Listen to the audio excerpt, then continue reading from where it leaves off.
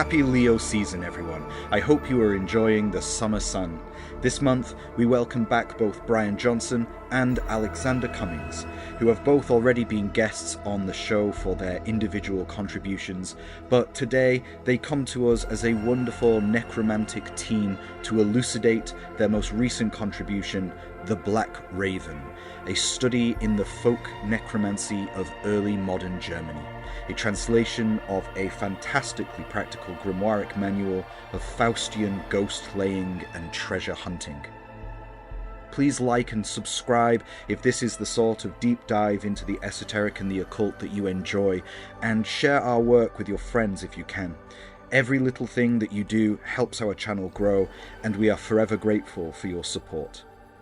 I am your host, Matt Hadfield, and it is my absolute pleasure to welcome both Brian and Al back to the Hadean Press podcast. Al and Brian, two of the most wonderful people, welcome to the Hadean podcast. How are you today? Doing well. Thanks for having us back. Yeah, it's great to chat to you about this stuff. Yeah. So, we're here today to discuss your recent collaboration of Faustian magic, The Black Raven, a study in the folk necromancy of early modern Germany. Brian, you had the honor of working on the translations, and Al, the commentary. Tell me, how did this book first come to your attention, and how was this project born? Al, you are the one who brought the manuscript to my attention initially. So maybe if you want to talk about how you found it. I think I've been trying to reflect on this. I think I came across it a couple of years ago on the Studies on Magic blog. Shout out Mihai. He'd done some work on some of the cryptograms and some of the images, and given the link to it. It's on the Darmstadt archives.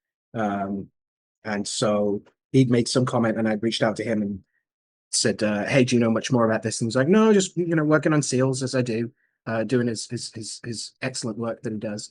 And so it kind of sat with me for a while I pondered it, and some Raven stuff came up for me as it does, and I think I ended up reaching out to you, Brian, about it off the basis of this current Schrift is I did German at school, and I did all right in my exams, but only out of spite because my German teacher was an asshole, and I wanted to get good grades because he told me I was going to fail. But that spiteful German I did have was not really up to reading it, so I passed it on to Brian, and we started back and forth from there, I guess, really. Yeah, that sounds about right. What Al mentioned there, the current Schrift, that's the basically pre-20th century standard German handwriting, which bears no resemblance to what we would recognize as Roman letters. It's like once you know the letter forms, it's not that hard to make sense of it. But yeah, well, lacking that, it's kind of impenetrable. Um, You kind of pointed out that like it hasn't really changed in like 3-4 centuries. yeah, I So mean, yeah. as far as I can tell, it looks about the same from the 1500s up to the late 1800s. So the paleography of getting to work out like, oh, this style of hand was big in the 17th century is not something that we had easy access to. So I very much appreciate your efforts in pinning down a date better. I didn't realize that the paleography of the original manuscript was so impenetrable, was such a difficult challenge. I mean, yeah, it's like even for me, I'd had some exposure to it, but that was probably the most time-consuming part, at least getting started on the project, was kind of re-familiarizing myself, because I mean it's like any scribe. There are going to be differences from one person's handwriting to another.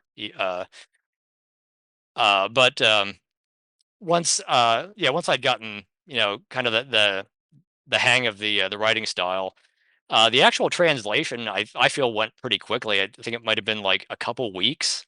I mean, it's not a long manuscript for one thing. Um, but yeah, I mean, possibly the trickiest part was some of the uh, archaic spelling the writer uses. It's the same as with English. Before the 18th century or so, people had a tendency to throw in a lot of like vowels wherever they felt it sounded good. But yeah, I mean that was the translation. Once we had that nailed down, the main thing that jumped out at me was the whole ghost laying slash treasure hunting element, um, which it to me at least it seemed kind of central to the overall plan of what the grimoire was kind of about, what it was trying to accomplish. Um, and it was also uh, it was an aspect of the whole kind of grimoire tradition that I had not really seen discussed in depth as an aspect of the grimoire tradition before. So I thought it was worth attempting to talk about that a little bit. Yeah, for sure. It like ties it together a lot more. Like it's a grimoire that's more based on like one or two specific operations than it is a mail merge format and then a big spirit catalog. It does have a spirit list, and it has various other spirits as well that are involved and tabulated and present and engaged with it. But it is based around like talking to Asiel as Lord of Treasure to go and find some treasure and lay in some ghosts. And I think that's important, like you said, for contributing to that study in general. Always here to push some more folk necromancy in general, but also like it makes it make more sense as a cohesive thing, right? It's not just a bunch of random experiments that were put together. It feels like yeah, a vademecum of like someone doing something with it. It was created with a purpose, not an overarching. You can do anything at all with this, but it has a very specific goal. Yeah. Utility first rather than cosmology first. Yeah. Mm. So the Black Raven is an example of a Faustian grimoire. And while I think almost everyone is familiar with the name of Faust and his dealings with the devil from popular culture, I think many Anglophones may not know as much about this branch of the folk grimoiric tradition as, say, Saint Cyprian or King Solomon. So could you explain a little for our audience who exactly was Faust and what distinguishes this specific branch of European magic in the grimoire tradition? Well, if you want to field the Faust specific stuff, Brian, you've done some fantastic research on that in terms of like the historical figure and his legends, and I can kind of riff on the Faustian milieu as a whole once we've got that basis. Yes, sure. Yeah, the historical person from whom all the later legends, literature, and pseudepigraphically attributed grimoires derive was probably a man actually named Georg, born in Bavaria sometime in the late 15th century. He appears to have been something of an itinerant astrologer and kind of generalist diviner, traveling around the Holy Roman Empire, trying to get patronage out of people. And it actually became pretty notorious in his own lifetime through a combination of sometimes too edgy self-promotion and, according to what Trithemius accuses him of, possibly sodomy. Um, uh, as for the so-called Faustian grimoires, uh, these were largely a product of developments within the kind of textual culture of magic books during the century or so following the historical Faust's probable death in the earlier middle 1500s. And it the genre seemed to have evolved as effectively one brand in the kind of marketplace of mass-produced printed grimoires and other books of occult secrets that were becoming popular at the time. And they more or less were using the what was at the time still the well-known figure of the famous black magician Faustus as kind of an advertising device. The actual content of most of these books is not all that distinct from a lot of other early modern grimoires. They largely comprise collections of more or less generalized ritual instructions, along with conjurations to summon and compel various specific spirits. Although many of them do, possibly even the majority, do seem to have a kind of a special focus on looking for buried treasure and that kind of thing. Um, and then they do sometimes actually feature the character of Faustus in a kind of first person framing narrative, more or less the same as you see with like the character of Solomon in certain versions of the Key of Solomon.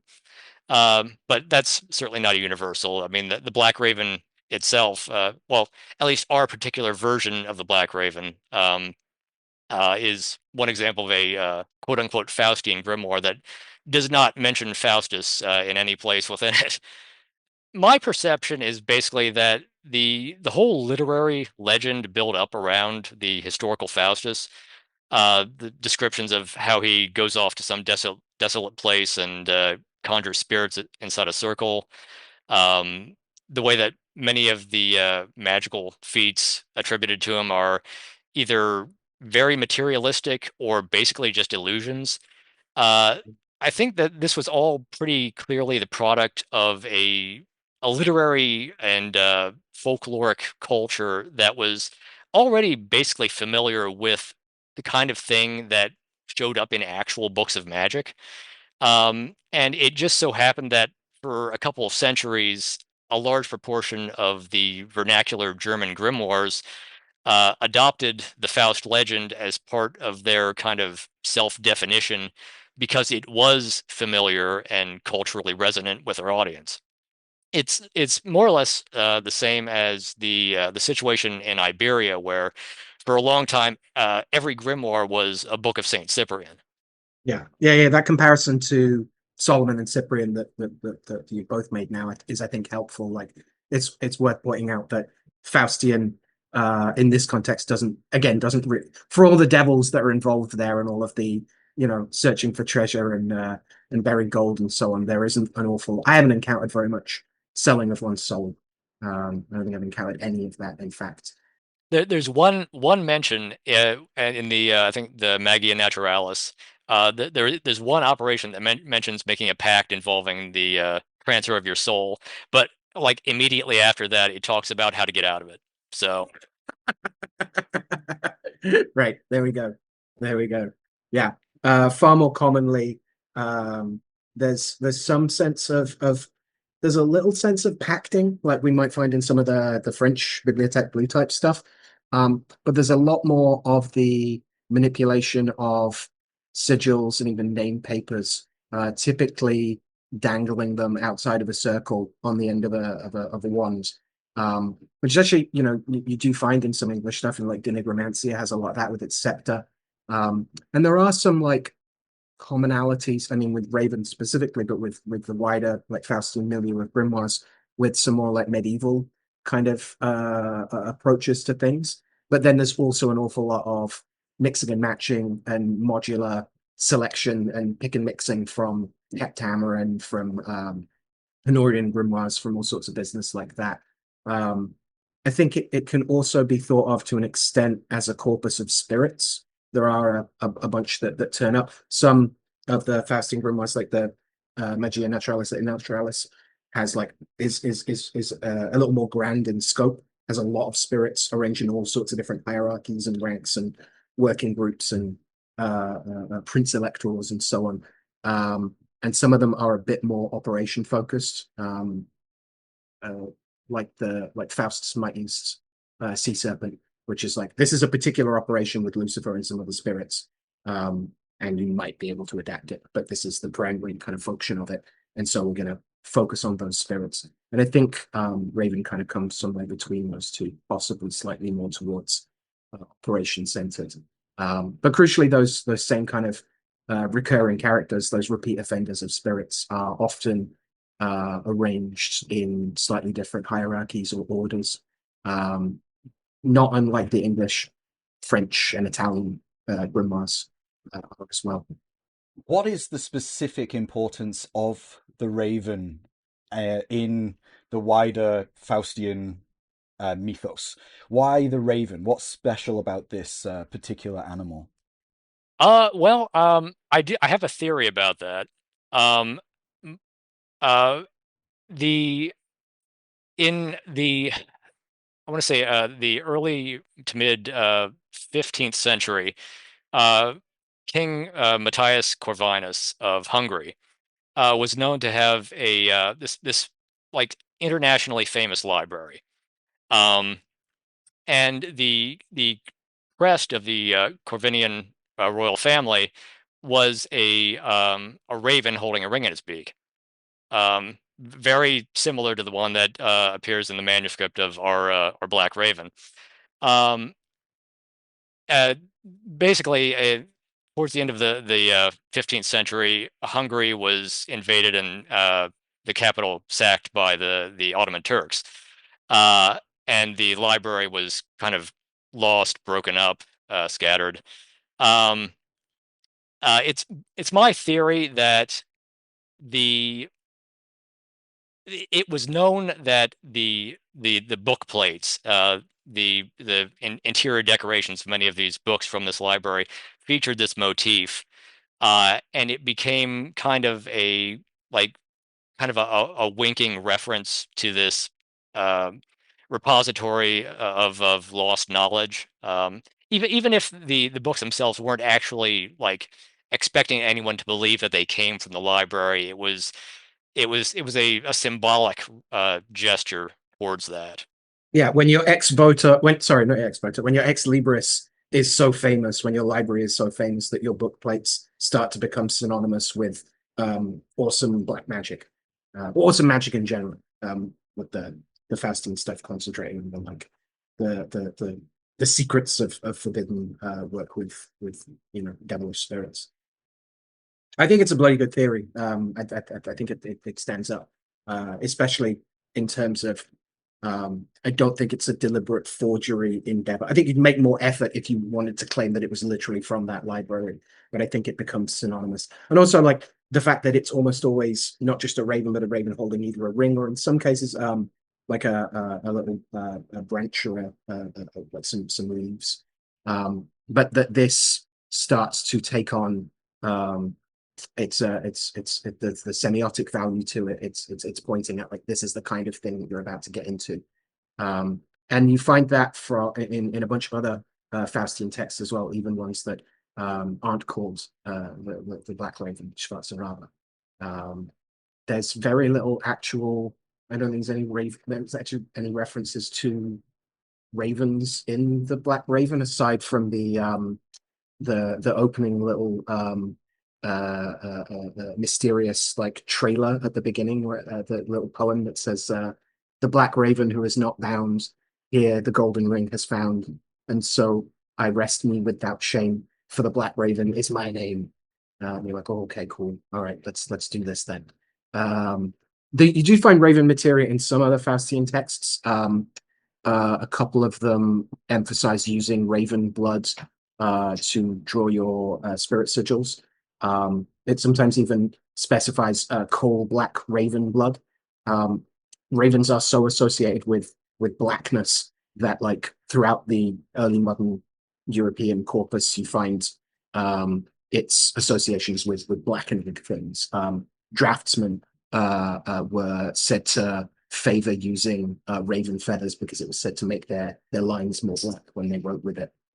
So using a black animal's blood, especially on some of the other more like explicitly necromantic Faustian texts, where it's like black raven's blood on like the skin of a black goat and stuff. Like it's really going to town on the black on black necromancy of it all. Yeah, and there's also that there's the biblical passage that lists all the different unclean birds, of Yeah. which one of it is a bat.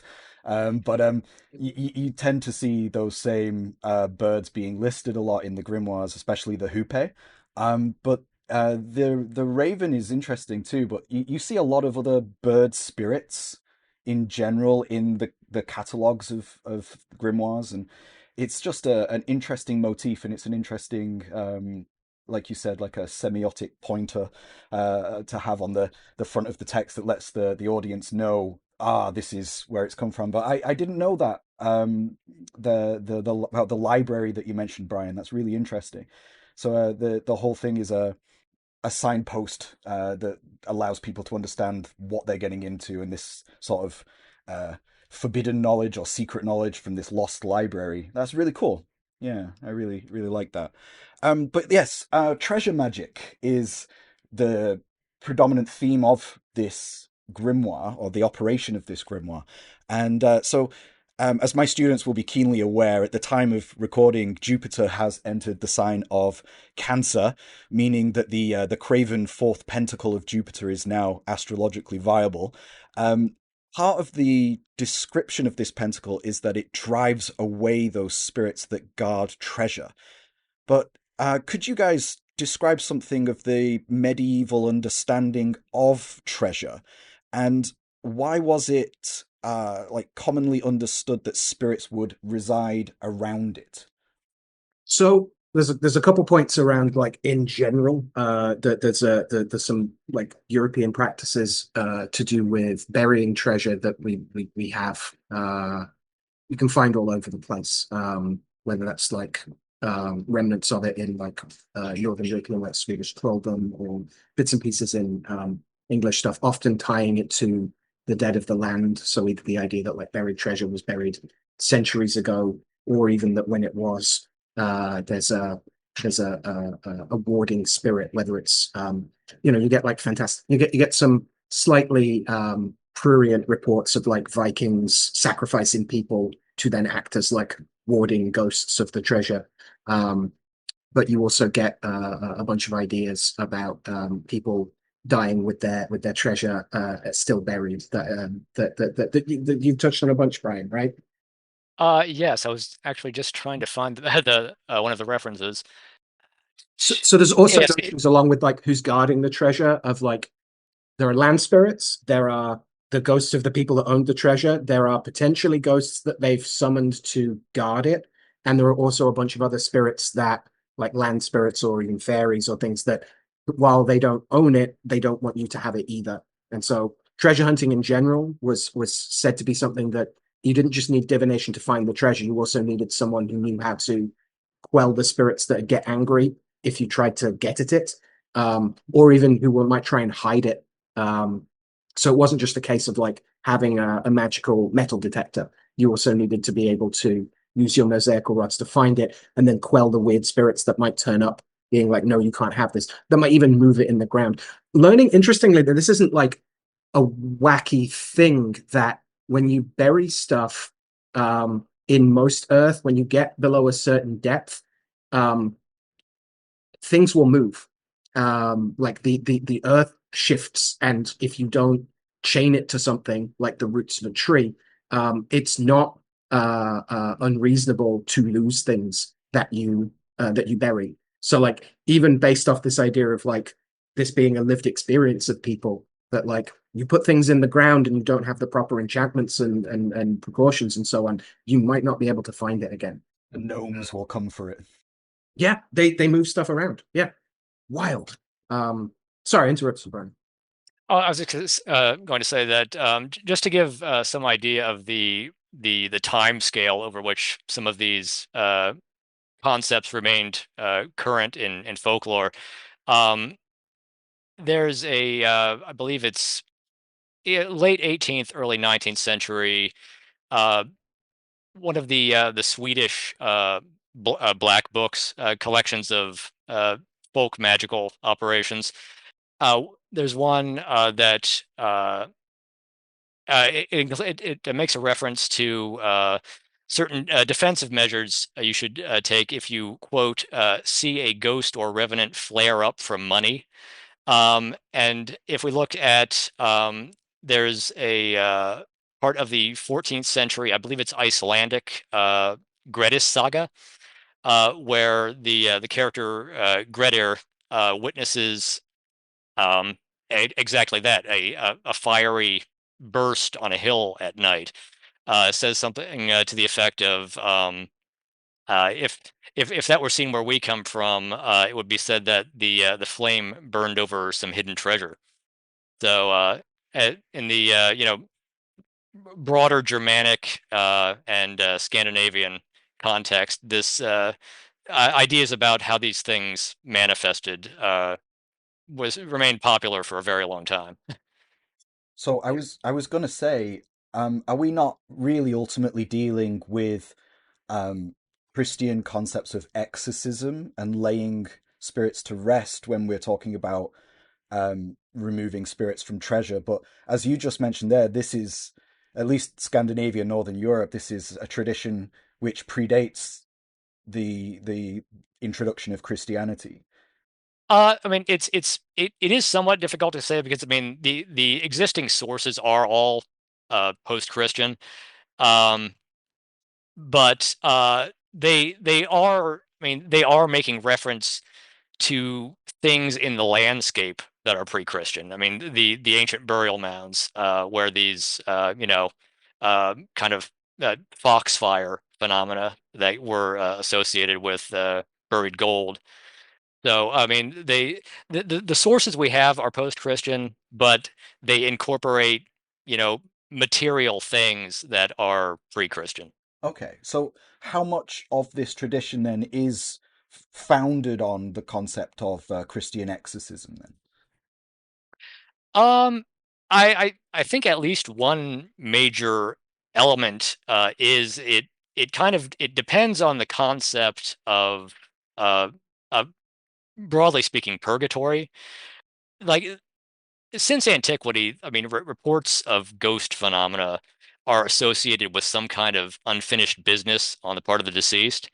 And one of the most commonly cited of these is the failure to disclose the location of some treasure or some bequest that they intended to pass on to their posterity, but never had the chance.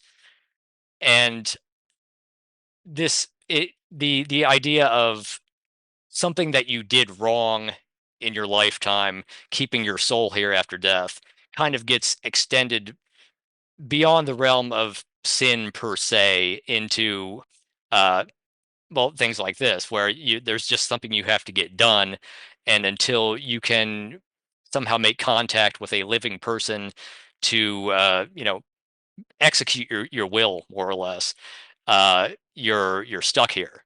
And in the Christian context specifically, this kind of gets attached to the idea that if liberating this material wealth out of the ground would simultaneously allow a soul to pass on to its final reward, then the devil and his demons are naturally going to have an interest in preventing you from doing that. So this is where we get the idea that and this shows up in a lot of treasure hunting magic, where it's very focused on kind of exorcising these non-human spirits from the site of the treasure, uh, either before or after you have dealt with the lingering soul itself.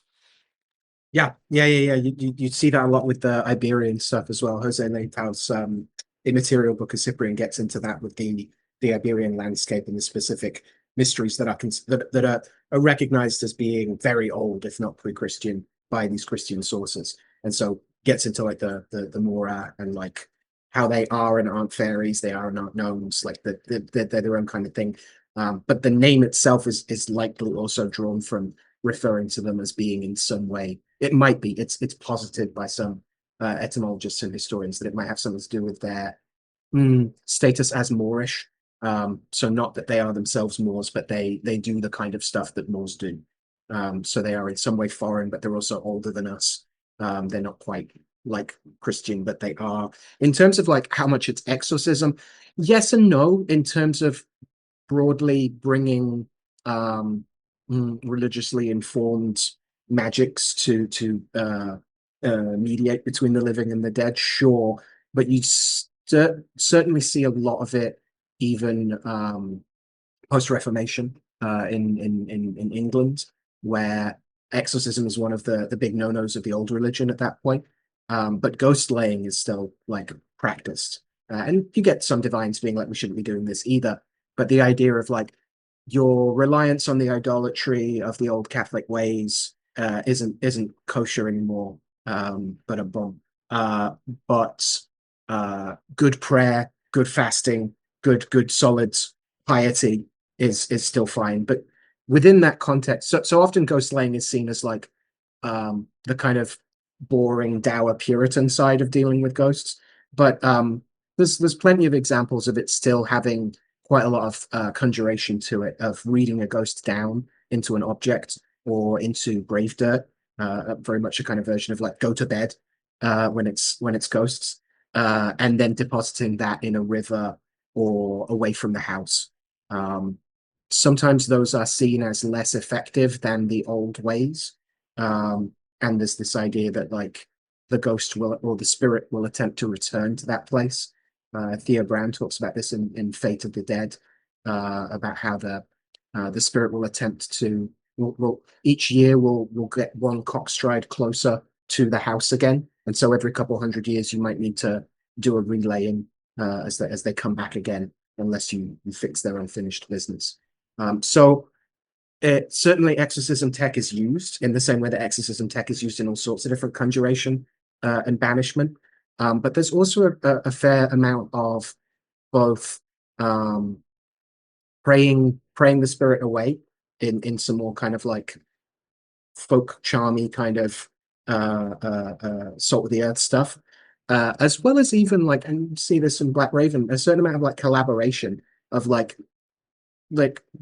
this haunting spirit doesn't seem to want to be here either. No one's happy. What can we do? It's a little bit more collaborative. It's a little more like help me help you. Yeah, mutual aid.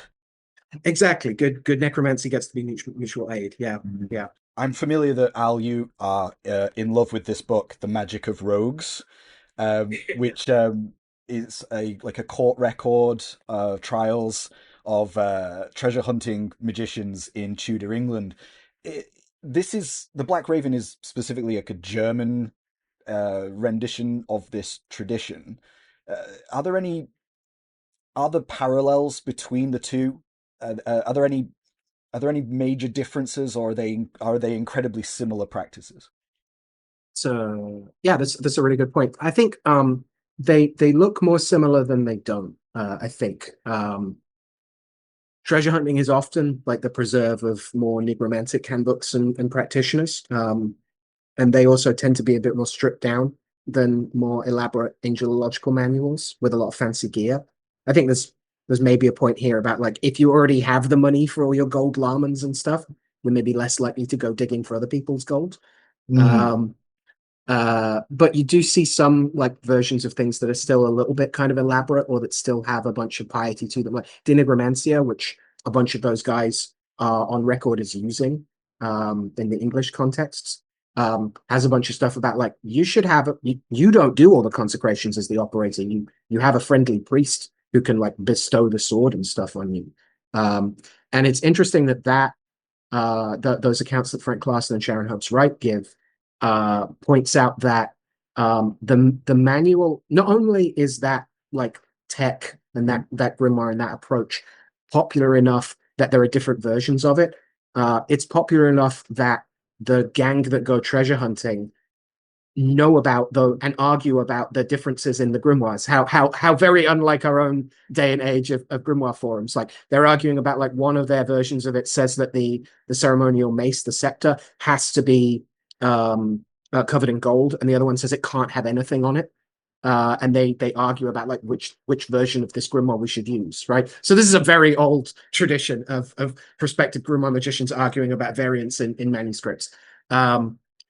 So we do see some traditions, some bits and pieces like that in the Faustian stuff, like I said, with dangling the spirit sigil. The difference being it's a spirit sigil mostly in Faustian stuff. It's not always a one seal of Solomon like you get in De Nigromantia, where you affix the plate with the fourfold name tetragrammaton on it, and that directs the spirits. In most Faustian cases, it's more like fishing for the spirit, where you put the spirit sigil on the end of the the stick or what have you. There are some other similarities. There's the use of paper circles, for instance, which we see also in like Liber Juratus. And yes, you get a sense sometimes that that's a single like big carpet or sheet of paper that you're rolling out. But you also very much see this tradition of like strips of paper that you nail down. So it's a piecemeal circle that you put together around you. So we see that in some more formal stuff, like Juratus. It's a well-established practice. Um, and sometimes these have the name, either the divine names around a circle that we might be more familiar with, or sometimes the names of the spirits that you're working with as well.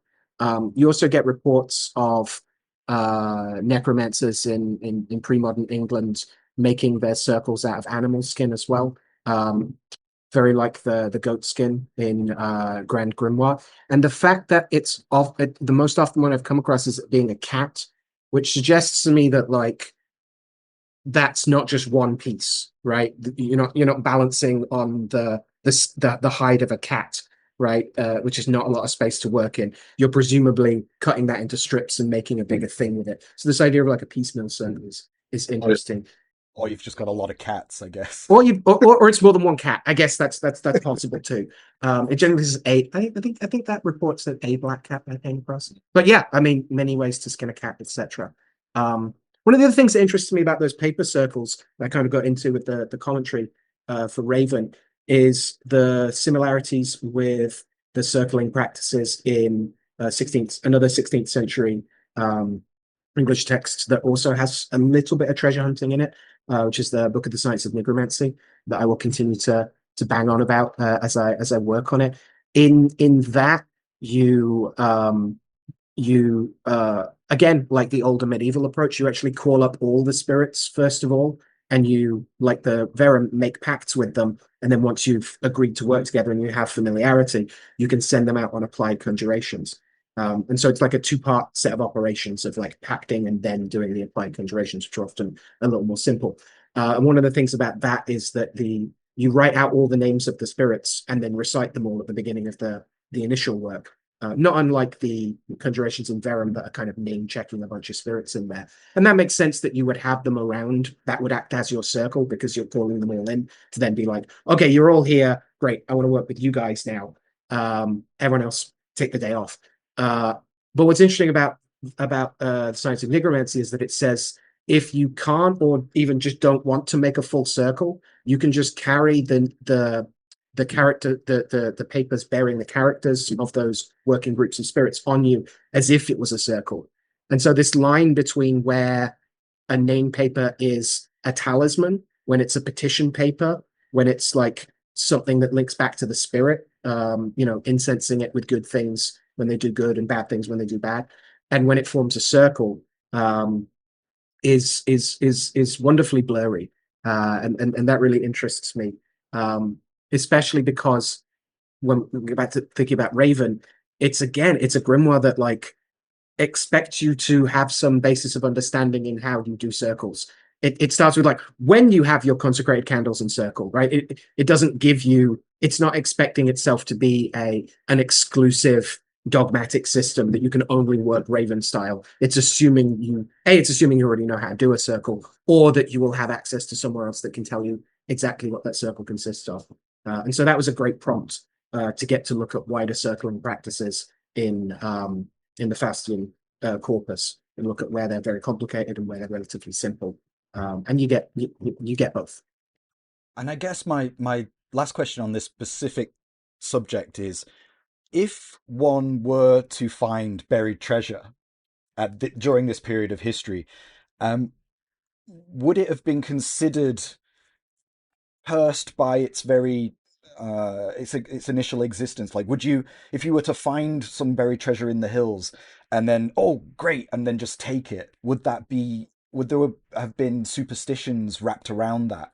Would you have thought to yourself, actually maybe I should go into town and I should talk to that guy who knows that guy who does the nefarious magic, and get him to come back with me before I take it? Or how would people react to that in general? Do we have any record of that or any understanding of how people conceptualize the idea of finding treasure without magical aid? Certainly, we get more examples of the opposite, where not just like ancient haunted barrows, but like contemporary houses that get haunted in cities. You get that in England and in Germany. I think you pointed out, Brian, that like a ghost sighting is grounds to apply for a search warrant. So you Yes. definitely get the idea of like if there's ghosts, there might be treasure. The opposite, that there's treasure, so there's probably ghosts here. Maybe. Um, I think less Yeah. so. I think, well, I mean, worth pointing out that like burying treasure was the dominant way of like keeping your gold if you didn't have a vault in a castle. And like Anglo-Saxon hoards are still being found, in the last couple of years. People keep coming across them.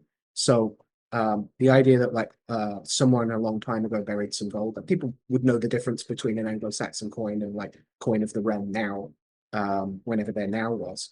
Um, See examples of like dispossessing or underwitching treasure. It's more usually in the context of going out looking for it by magical means, I would say. I suspect a lot of the people that came across gold accidentally were smart and didn't tell people. Usually. Certainly didn't write books about it, right?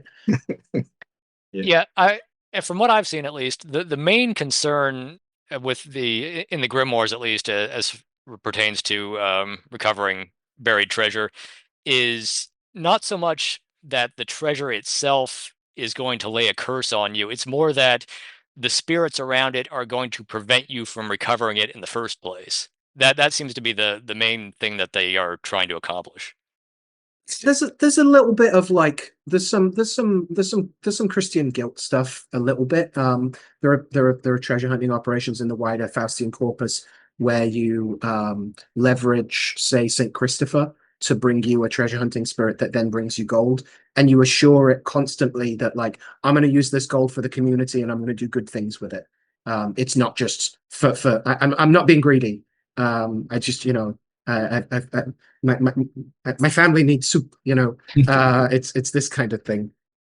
Yeah, I mean that's another thing that both in Faustian and in even some English treasure hunting texts I've looked at, there's a big emphasis on the way I interpret it is kind of like rectifying a natural order by putting this human money back into the hands of humans. Because there are constant references to how this money has been I forget the exact language, but basically it it's been taken out of its proper place uh, in the hands of the human race, and that's part of the authority by which the treasure hunters are making their claim to it, more or less. I love that you mentioned that there's that idea that the spirits that are guarding it are not human. So there's that element of what would you say, the Fae or uh, much older spirits that are guarding that place. Yeah, sometimes. I mean, that's not a bad place to start because there is this like mm, necromantic blur or necromantic blur between like, are you a really old dead human? Are you so merged with the landscape that it's hard to tell now? Were you never human, but you Mhm. have an interest in this because you were here before the people were? So in that sense of like fairy, the land of the fairy and what belongs to fairies also being a place that dead people turn up so commonly and so consistently, I think that makes sense. There's also an argument around like that's made about like the devil rules the awful material world, and so of course he puts his deputies in charge of like material goods. So in some cases ghosts, in some cases devils, in some cases possibly neither both, Mm, or some other land spirit as well that's kind of more amoral. mm. See all sorts of examples. So, moving on then, you write that the Faustian grimoires may have partly been a response to the Bibliothèque Blue pamphlets, which had begun to serendipitously trickle across the French border into German imperial territories. What are the main similarities and differences, if any, between these two branches of the this magical tradition, this magical transmission of grimoiric materials? Yeah, I think both of these genres, if you want to call them that, were essentially responding to the same set of socioeconomic circumstances uh, in different countries, maybe a century or so, shifted one way or the other. Um, Basically, there was a feedback loop of you begin with and the increasing availability of books thanks to printing, which increases the general literacy rate. Hence, there's an increased demand for more books, and this drives publishers to print more books. And books of magic are no exception to this. People were just as ready to pay for secret knowledge that's going to give them some advantage over their neighbor in the 18th century as they are today. So these publishers basically grab up any grimoire manuscripts they can find, or ones that have previously been published by their competitors or counterparts in other countries. Um, cut and paste the sigil drawings, the a block of text from this one, a block of text from this one. Probably add some editorial verbiage to make it seem like this is not what they're doing.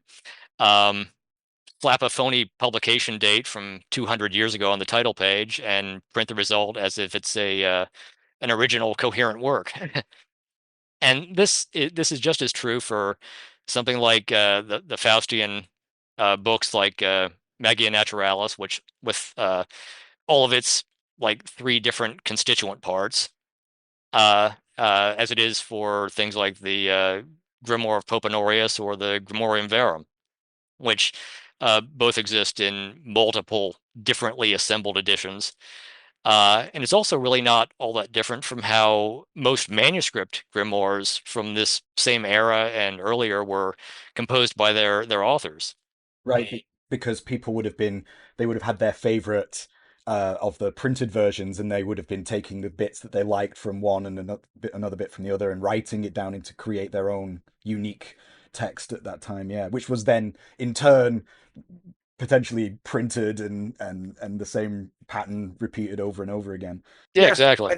yeah, I think it's worth pointing out that there's a I think there's an important context which I'm still kind of like tracing out the historical specificities of that it's important that we aren't just thinking about grimoires or as systems and Mm. as working books as personal books, but also their evolution of books of secrets that are happening, these lists of operations, which in some cases end up being utilized in all sorts of like proto-science and you've got wonderful historians of science like William Amen talking about how like this the experimental methodology, inductive logic, all those kinds of things are being demonstrated by these magicians and court magi that are contributing to the emergent science. But there's also this piece about how books of secrets also start to make people twitchy in the late medieval and early modern period about the access that ordinary people have to them, precisely because they're secrets and they're meant to be what like sensible people who can be trusted with them have. And there's an argument, and I'm still kind of like digging through it from Peters, I think Edward Peters writes in Edward Peters, The Magician, the Witch, and the Law, who points out that like yes, the construction of witchcraft in the early modern period as a political crime and category is a large part about heresy, but he says it's also about access to magic and that the witch is constructed partly out of an endeavor to further demonize service magicians who are or people that have access to a couple of operations who are able to do a thing. And there's some piece that I'm still kind of thanks for letting me think about out loud about this. Like there's some piece I'm still trying to put together here about like where books of secrets fill in this point, because we still get them amended as books of supernatural secrets, particularly to grimoires that deal with more devilish spirits, whether that's explicitly for finding treasure or for constructing a variety of talismans or for making garters of the magi so that you can walk tirelessly. the idea of like specific operations. There's a piece here that I think is also significant that we find in the, influencing the bibliothèque and the Faustian stuff, especially like the necromantic Kunstbuch, which like has a bunch of um, is as much a set of different operations depending on the manuscript you're looking at as it is a single cohesive grand system. From his legend, I'd say Faust is firmly set as a trickster. How much of this trickster sorcerer archetype is specifically of a folk German origin? So I mean, I'm certainly not an expert on Germanic folklore, but I think a lot of what we see the Faustus character doing in his legends, things like cheating moneylenders, uh, putting antlers on the head of a knight who had insulted him. I think it's all broadly the type of thing that we see other tricksters doing across different cultures. Um, More or less getting the better of social superiors or people who are thought of as kind of communal antagonists, people that nobody liked, um, and doing this through cleverness, through magic, rather than physical force or any kind of working through any officially sanctioned channels. Which the character is typically someone who has access to neither one of those things. I do think one thing that may have actually contributed to the formation of the later, the Faustian magician archetype in the subsequent folklore, were actually the sermons and other similar literature that some of the Protestant preachers like Luther and Melanchthon and their followers were publishing almost contemporaneously. They were incorporating and embellishing a lot of the already orally circulating stories about Faustus in order to illustrate their arguments about things like pride or the temptations of the devil. Um, it was actually one of Melanchthon's students, Johannes Manlius, who began inserting details into some of his teacher's stories about Faustus. Things like him being accompanied by a devil in the shape of a dog, that had actually previously been attached to Agrippa, who was also dead by that point. Um, so there was this popular conception of the sorcerer in contemporaneous German folklore, but I think it was really more kind of the proud fool who gets taken advantage of by the devil, rather than the victorious trickster. And is probably drawing more from things like the apocryphal accounts of Simon Magus than from any specifically Germanic sources. At least that's kind of how it seems to me. Yeah, I think that's fair. I think the thing that I've noticed in a lot of like literature scholarship on Faustus myths is how much he represents a dissatisfaction with the current order of things, how much that is a dissatisfaction with like Aristotelian scholasticism and like the limitations upon human knowledge and action that are being top down imposed, and how much he represents a cautionary tale about human pride and overreaching. Like, is Faust a an icon of like Renaissance humanism, or is he the slippery slope argument about this is where it will lead? Right? Like a lot of horror, there's a kind of ambiguity about whether or not like this is something we should be doing, or obviously we shouldn't do what he's doing because he ends up having a rough time of it.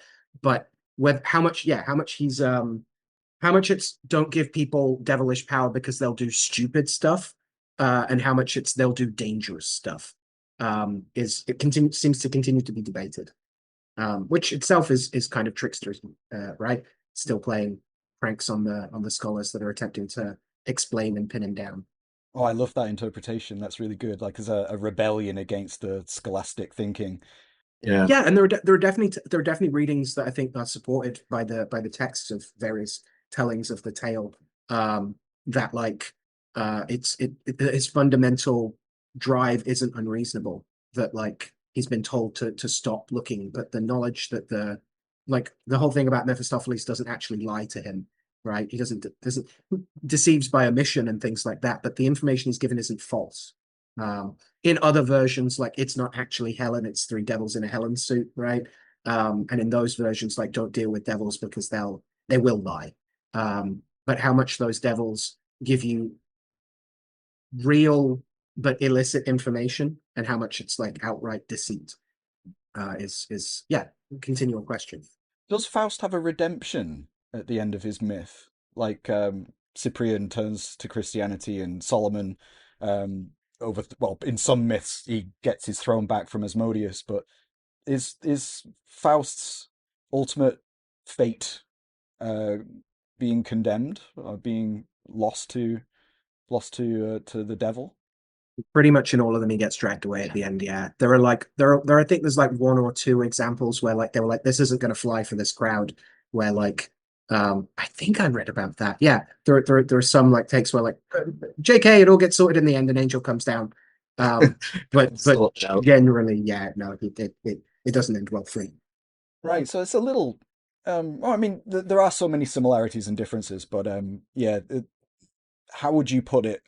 Not is patriarch of that grimoire tradition the wrong word to use? I'm not sure, but the lineage, the character, the legendary character which is attributed to them, they usually have mm, some kind of redemption at the end of their story in which they're forgiven or they return back to grace in some way. Solomon's a good example of like the opposite, right? He goes from being the very Yeah. righteous king to being corrupted by this terrible pagan queen. Mm.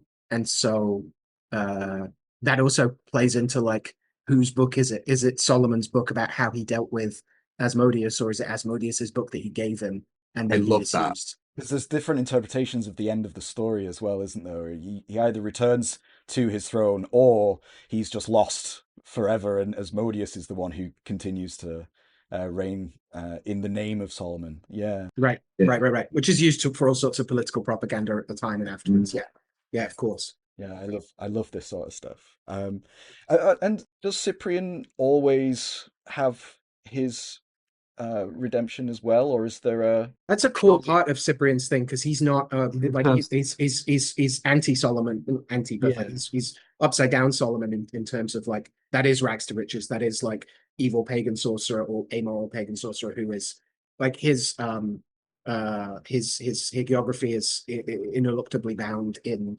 the redemption that Saint Justina offers and presents him with.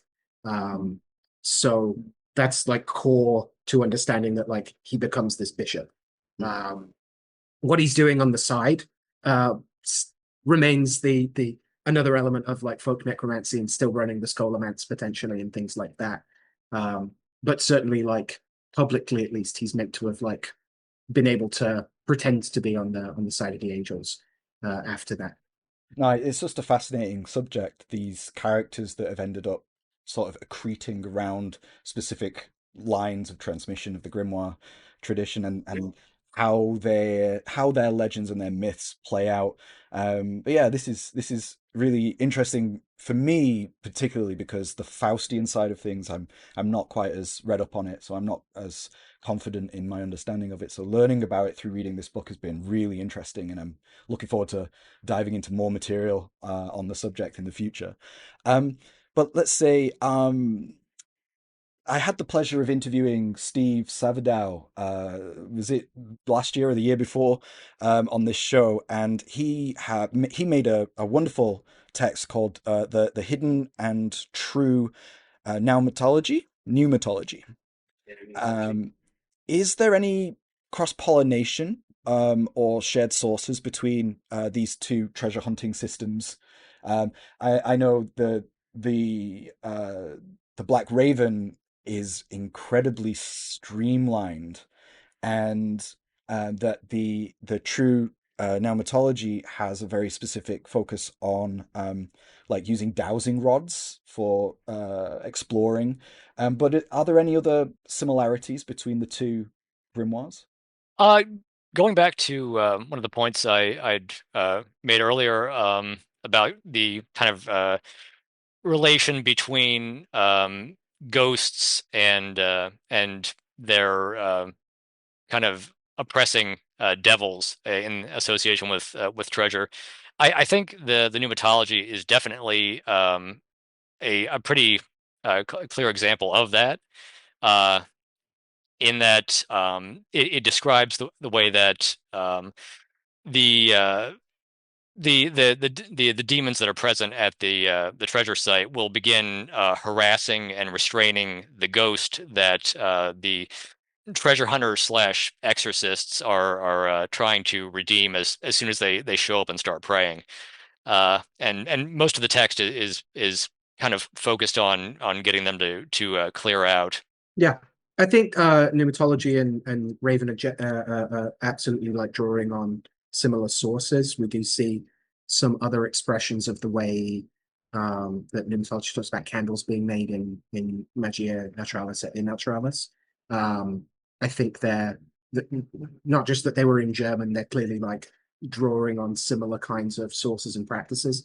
In terms of structure, pneumatology is a bit more has is more of a collection of things towards a common end as opposed to like a particular couple of rites, and is a bit more like here's how you do this than Raven is.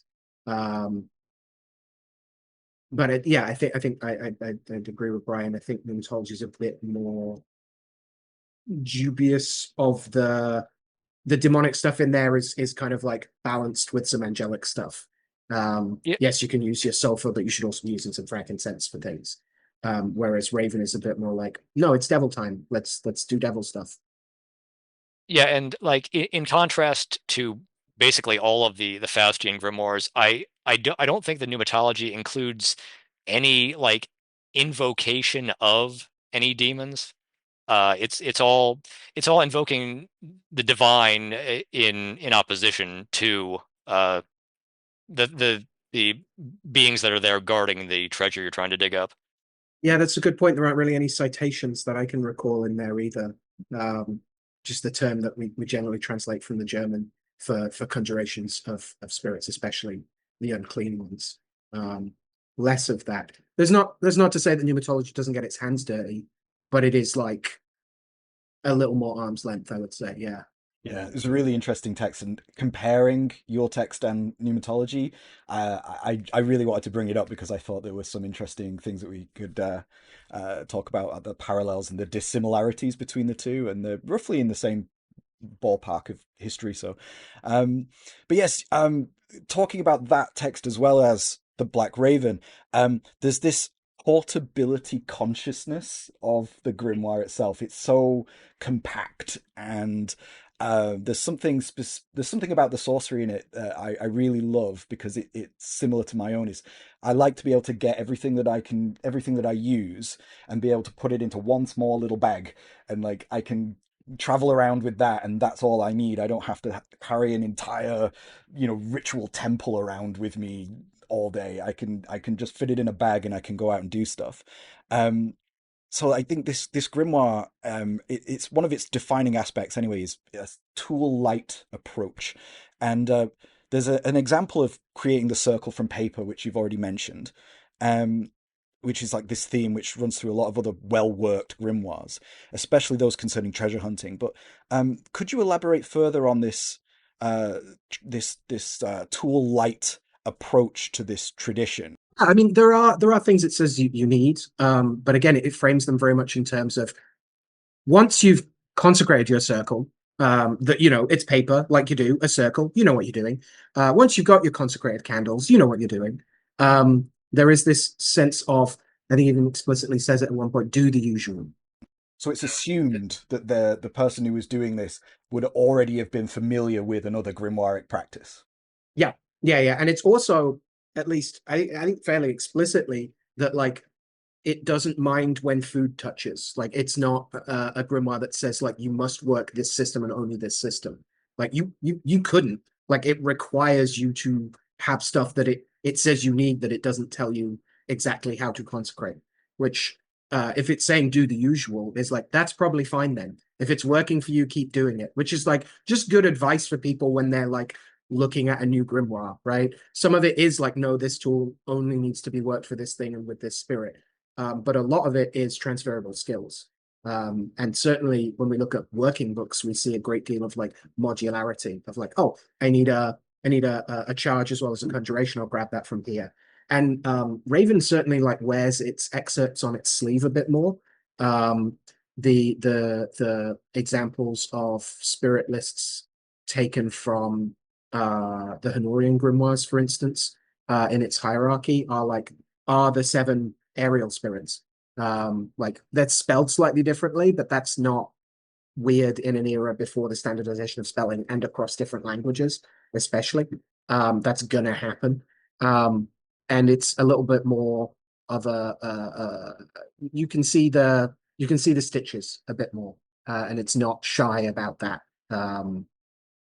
It reminds me in some ways of the Excellent Book as well, in terms of like it says you need, like the Excellent Book says you should have sweet perfumes and powders, but it doesn't specify what the ingredients to that incense should be. It says you need inks of several colors, but it doesn't specify like you don't have to make them yourself necessarily, just to have them, and they should be certain colors. But like there's not special instructions about how to brew them and prepare them. That also gave us an opportunity to, like in some of the commentary we did, to be able to say, okay, so what would a pre-modern German sorcerer do if they were like expected to consecrate their own candles? And you do find consecrations in the wider Faustian milieu. So that do the usual was a great like springboard to get to talk about like what kinds of things were considered usual. So that's another thing about like not just getting into Raven itself, but also getting to situate it in its Germanic folk necromantic context of like, okay, here are the other things that they're doing with that. But yeah, not a great deal of tools, and kind of, yeah, partly from this sense of like you can grab that from other stuff, and partly from a sense of like kind of treating you with the intelligence that you know what you're doing. It's refreshing. Yeah. It's quite refreshing. I liked it. Yeah. Are there, for instance, any examples of using a knife and cursing In the Black Raven? In Raven? No, I don't think there's any mention of knives. I found that also quite interesting. Is there anything that, like, again, is that part of this assumed nature? Did you see some knives in wider Faustian corpus? But typically you are holding them at arm's length, or you're tracing the circle with a wand, very occasionally a spear. And you are usually, yeah, there's quite a few of them, especially the Compendium of Unnatural Black Magic has all sorts of examples of different manuscripts where you are constructing a wand or a baton of some kind, which varies in its specific details across different manuscripts. Again, variation is the sign of a popular living tradition and a thriving ecology of spirit. But you would then stick the spirit sigil on the end of that and dangle that outside the circle. So that's one of the ways that you're still being like, we can work together, but like you're not coming home with me necessarily, unless we're really cool. Nice. Yeah, I was really interested in that subject specifically because it's for me at least anyway, it's unusual to see such a sparse amount of details given to the tools. But then there is this assumed like concept that the person who's working with this grimoire would probably already have established another practice, and so may bring along their own tools and have their own operational standards that they use. Yeah, I saw David Rankin talking about this in the Arbitel forums recently. Someone was remarking that about the Arbitel and being like, does this mean you don't need any of that other stuff from other grimoires? And he was like, just because it's not in there doesn't mean it's not useful, at least for you, right? Like, not that specific person who wasn't being mean, but like, just because the grimoire doesn't mention it doesn't. Another version of dismantling the very recent trend of like grimoire literalism, of like, if it's in the book we have to do it, if it's not in the book we're not allowed to do it, is to say like, that's not how this seems to have been practiced for the majority of the time it's been practiced. And if it doesn't mention it but it's useful for you, then why wouldn't you? Yeah, and it gets to that idea that, like we were saying before, about systems of grimoires being considered um, like unique, ontologies essentially. Mutually exclusive, yeah. Yeah, like I like the way you said it before, like the "don't let your food touch" sort of, this can't, this got to be over this way. Yeah. But the idea of this grimoire is essentially. mm, Modular. I think that's the best way of putting it. I think it's like an additional expansion pack. I think. I think you definitely work with it like that. Yeah, yeah, for sure. I think it's a great in for folks. Tried to with the commentary I contributed, tried to give a sense of context and pointers to other Faustian texts as well. Um, and even tracing where some of these spirits, especially Achiel, Asiel, how would we say that? Looks to be the same spirit as Sergat in the Verum, and Achiot and Parsas and Farkas and Anabath in the Book of Offices, and all that. Like, this seems to be the same spirit. I was going to bring that up as a question. Exactly, who is this spirit? And I think Jake Stratton Kent mentions it in his pamphlet, "A Prince of Spirits." Prince amongst the spirits, yeah. Yeah, he does, yeah. And So Asiel's mentioned here as I think it says a Lord of Treasure in Verum, which is pertinent because it's not the only treasure spirit. It's certainly not the only treasure spirit in the Faustian corpus, but there's even a sense that Verum has of this, again, this ecumenical thing. Isn't just about use tools, use consecrations from other things. It's also like there are other spirits. Asiel isn't when the Raven breaks down its does its brief spirit list of the hierarchies of, like, here are the two chiefs of hell, here are their seven kings, here are their seven princes, here are their seven officers. Asiel isn't mentioned, but then it's like, oh yeah, and here's the working with Asiel. So it's again that, like, idea that grimoires are more often mentioning which spirits are consistent and important to recognize, rather than saying, like, these are the only spirits that exist. And it's also a great example of Raven, even within its own text, being like, oh, you can apply this stuff to another spirit. oh, cool. So Asiel does turn up in the wider in other Faustian grimoires. There listed in the Magia Naturalis as the fourth Grand Prince of Hell. They're also the senior solary spirit of the seven Prince Electors of the Devil, which are assigned planetary flavors.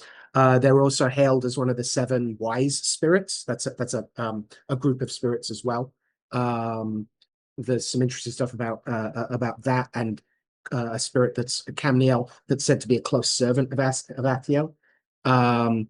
They also hold Asiel also holds command over seven counts. Like, they're deep in different, like, hierarchies and interrelationalities. But yeah, the late great Jake Stratton Kent also traced them through both the specific pamphlet on this spirit, A Prince Amongst Spirits, and also the Pandemonium discordant concourse of diverse spirit catalogs, to likely be the same spirit as Achiel, Achiot, Foras, Parkas, Anabath, and Sergat. This is already a spirit in Faustiana that is happy wearing more than one hat and doing more than one, and playing in more than one band, and that seems to be the case across the grimoiric corpus.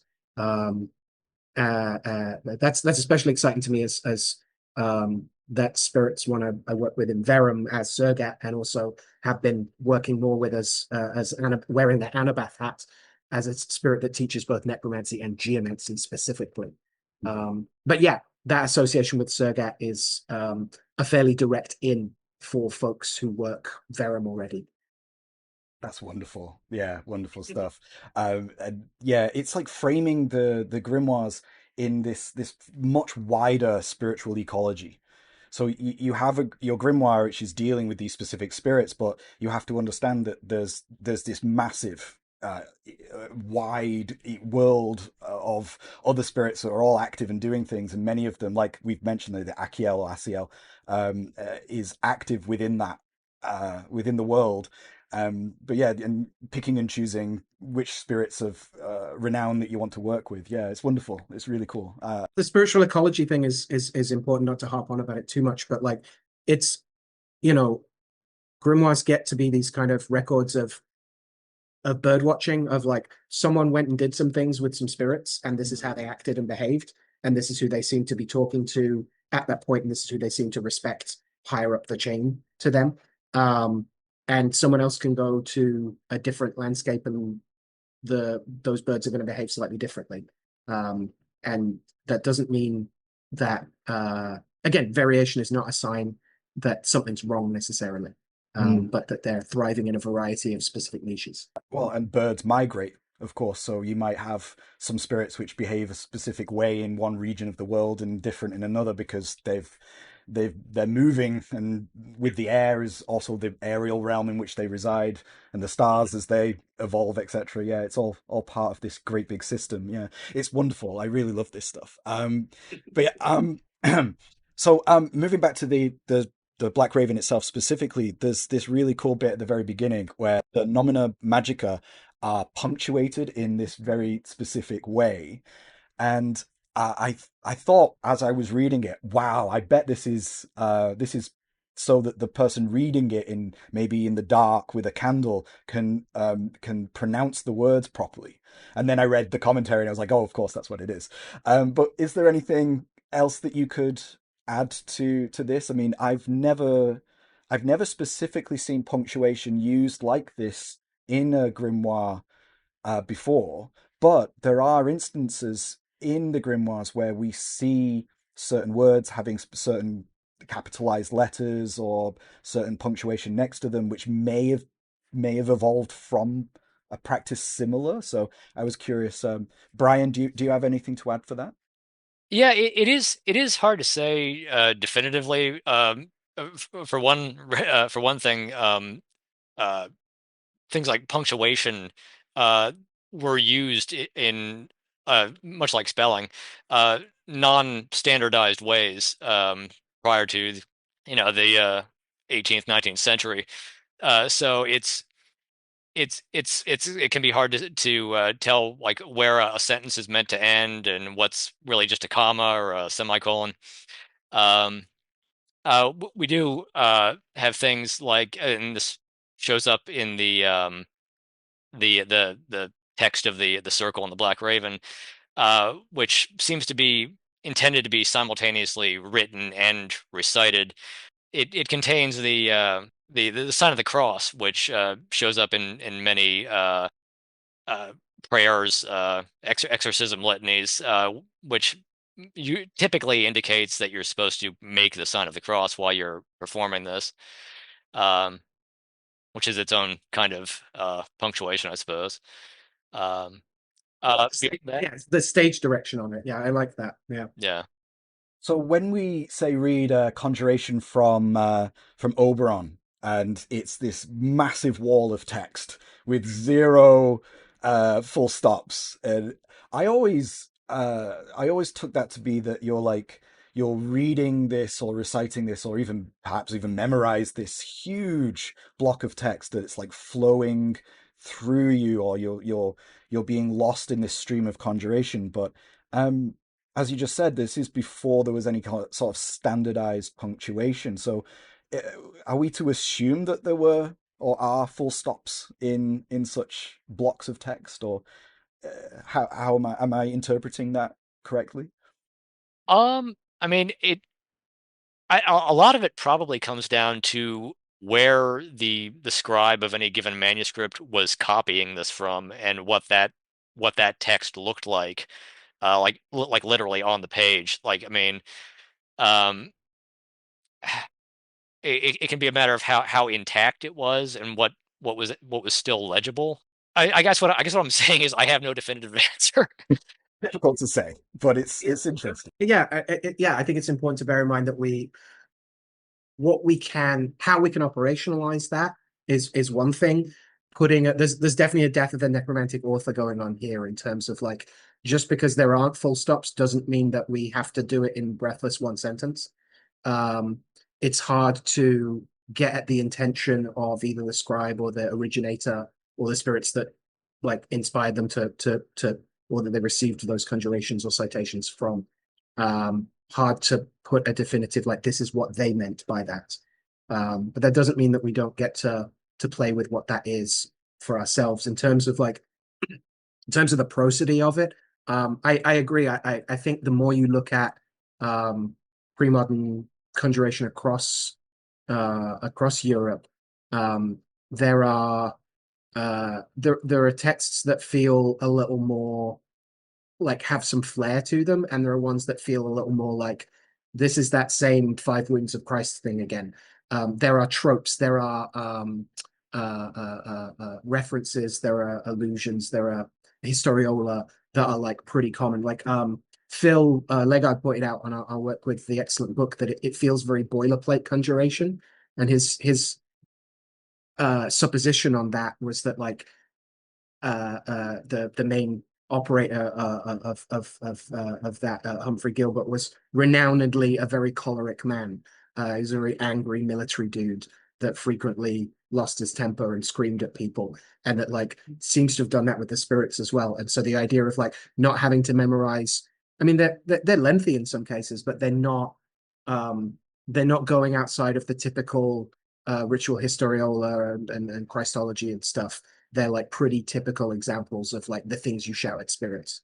And so, yeah, that does speak to me of like you would start to develop, and like, yeah, good conjurers I know can extemporaneously recite a thing that sounds like it was written in some book somewhere because they've learned the style of it. They've learned that like that genre, that like style of conjuration music. They can improv it.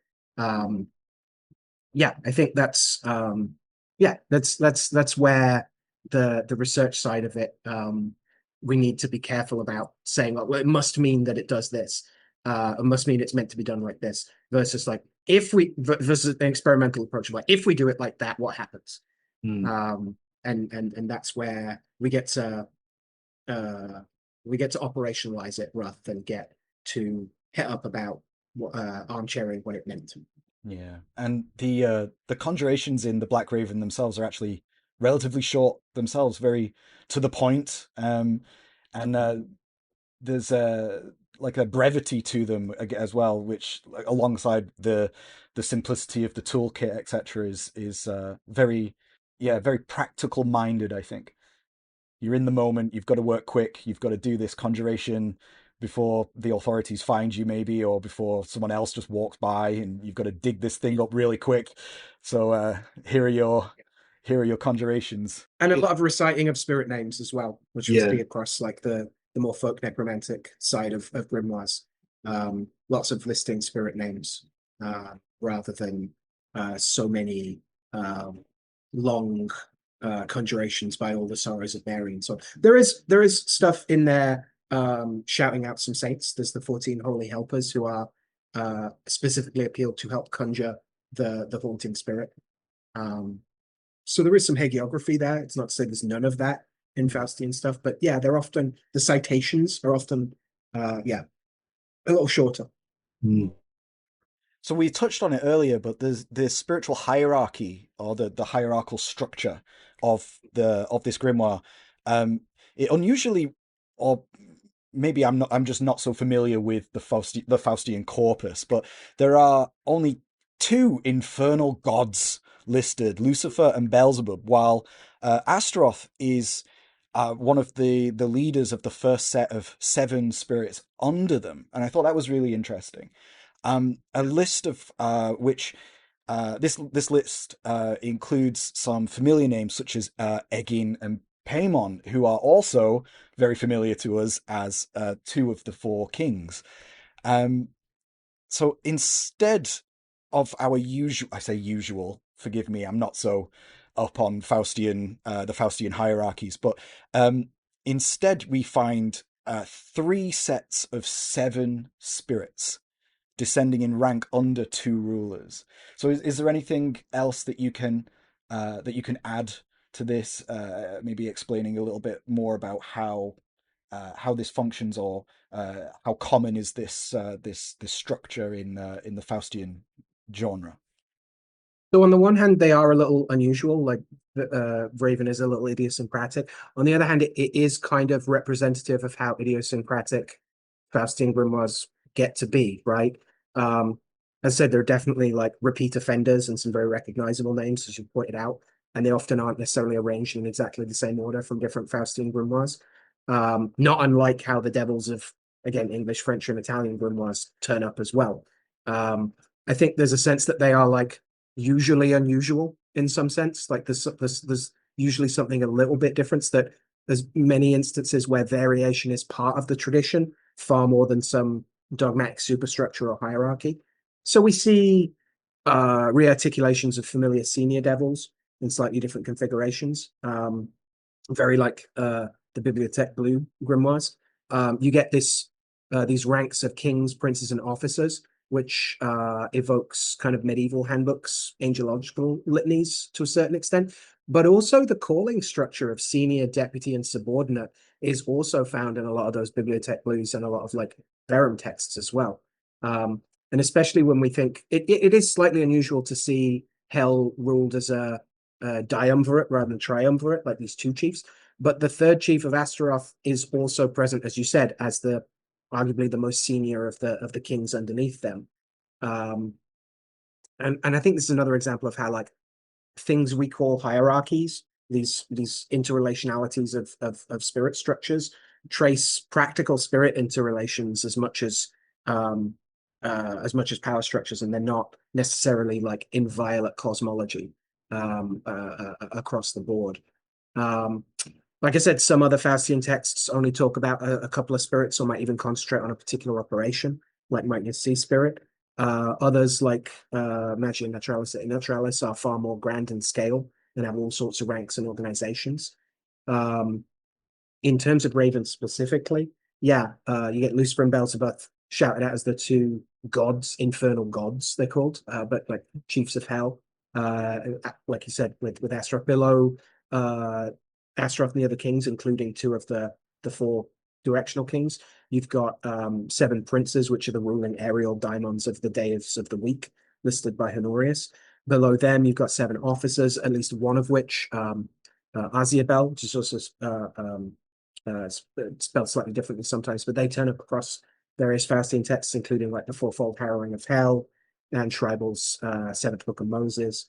Along with all of that, like demonic hierarchy, you've also got like I said, Asiel isn't mentioned there, but then turns up in the grimoire. So you've already got the sense of like we're picking the important ones to mention, but that doesn't mean that's the extent of our scope or the application of these tools and techniques.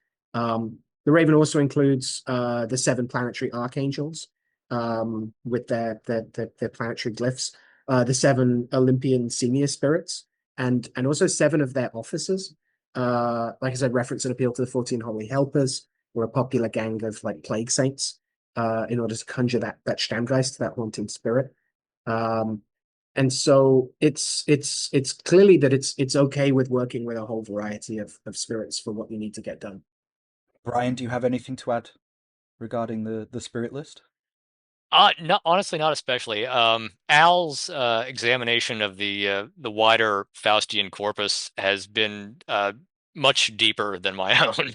All I can really add is that yes, my reading of the Dreifacher or Höhlenzwang of the Magia Naturalis, for example, the what might be an implicit hierarchy within the invocation there is completely different from the Black Raven. So it's certainly not not presenting any kind of standardized format for the wider Faustian genre. Okay. So it's continuing this theme. We're talking about some working spirits that are connected with this specific group of magicians, sorcerers who are working with this text, and we're not really talking about grand hierarchy. It's almost like, I mean, you could debate this back and forth, but the idea that any grimoire hierarchy is not a complete universal system, it's just a snippet. It's a group of spirits that were particularly interesting or valuable to the person who was writing working with them. who consistently showed up. Yeah, most like Verum and a lot of other grimoires say like there are tons of spirits. Yeah. Here are ones we've met and worked with, and here's our notes about them. Sometimes it says these are the best ones, or these are the most reliable ones, or these are my favorites, right? There's other lists that say, and these ones are useless. So there's even ones that are just like, yeah, well, you don't need to bother with. There's like 5,000 of them, but you don't need to talk to them because these are the guys who will actually show up and do what you need to do. So you should probably focus on these guys. Right. And that variation can be understood in a couple ways. I mean, there's definitely like historical models of like this is where that page got lost, and so we don't have that when it gets transmitted. There are like typos and like issues of intellectual historical reception and transmission. There's also a bunch of stuff that seems practice based. And when we see variations in hierarchies or other kind of spirit interrelationalities, partly we can talk about that in terms of like individuation a little bit to an extent. That's what this conjurer was doing.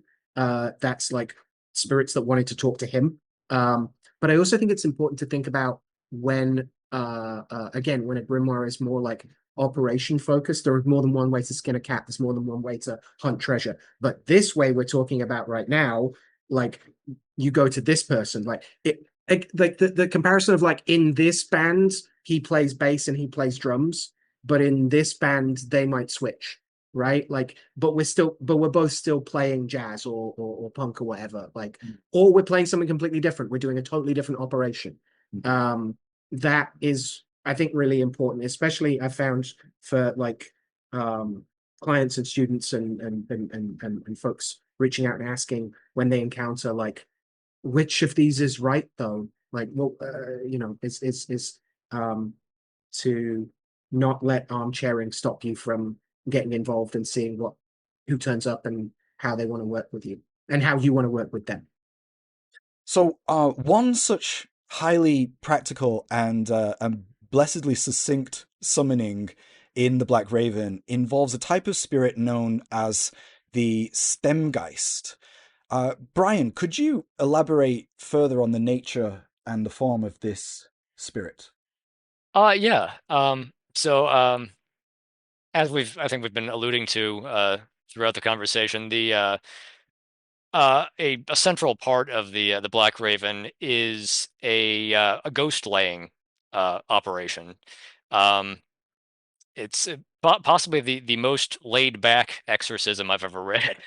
Um, it basically amounts to walking up to a ghost, saying, "Hey, do you want to leave?" And what do we need to do to make this happen? Um, but I assume what you're getting at is the word Stammgeist itself, which is what I've translated as haunting spirit, and why I've done that.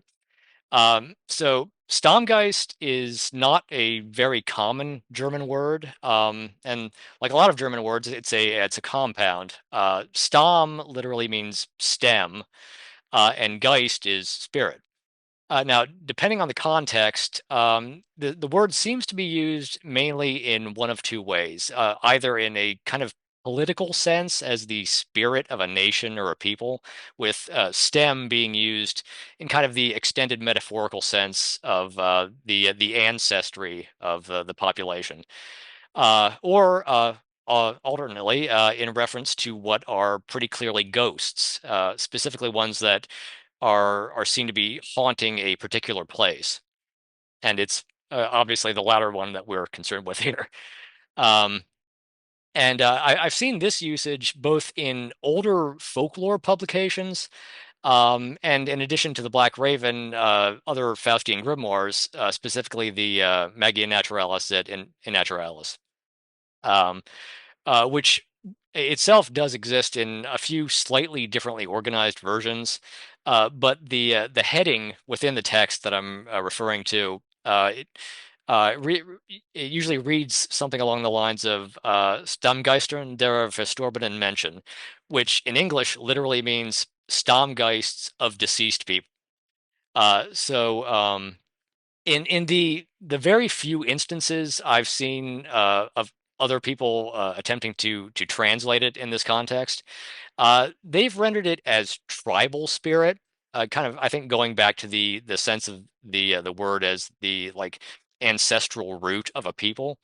And Yeah, because stem has that like it's stem, its root, its trunk, its branch, like it's all those kinds of things as well sometimes as like so yeah, that totally tracks. yeah, and like I was gonna say, it's certainly not wrong. Like in a sense, a ghost is at least potentially someone's ancestor. Um, but the I really think the connotation of the word in this particular context at least do kind of point in a different direction. Because if we look at the etymology of the word stam itself, it comes from a root that means to stand or stay. And this also shows up in German words like Stammgast or Stammkunde, which both mean like a regular or frequent visitor or patron of a place.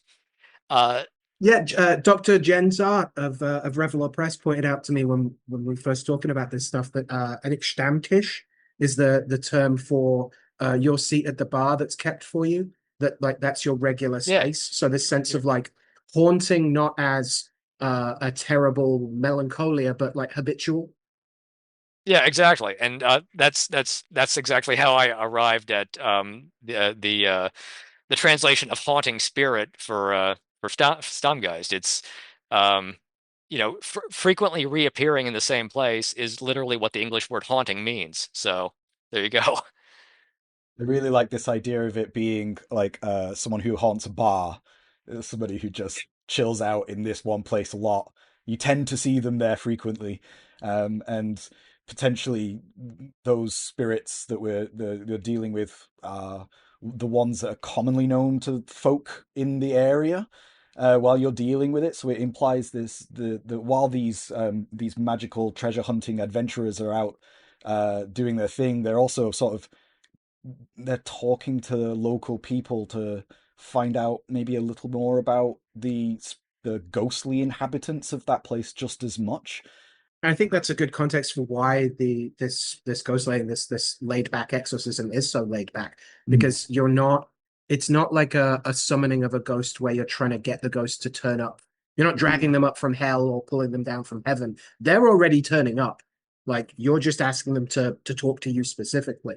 And so the language in Raven has a lot of stuff about like you turn up, you do a battery of like our fathers and things like that, sure, but you do a welcome to them when they do show up. You greet them, and you there's even a reference to like that they might be you say like oh you might be what's the phrase it uses like defiant and willful, right? Um, but also you're like I'm here to help. I'm trying to the phrase is like I'm trying to accommodate you, right? Like we Mhm. are talking, and I'm asking you to turn up so that we can sort this all out. Um, which again is like is very collaborative and is far more in line with like you're wandering around a place and a ghost turns up, right? Like or or other kinds of spirits. Like it doesn't immediately jump to pointing a exorcism gun at it uh, Mm. necessarily. And crucially, like accommodating them looks like encouraging the spirit to tell you by what means he may be set free, and specifically what time and hour he would be put at liberty. Um, and once you have that information, and for my money, also because that's right next to the section in Raven where it lists the names of the hours. Again, very Heptamer and very Honorian, and the various archangels and Olympian spirits of the planets. Like that looks to me like you're working at a planetary hour to do the work of sending him on his way, as it puts it.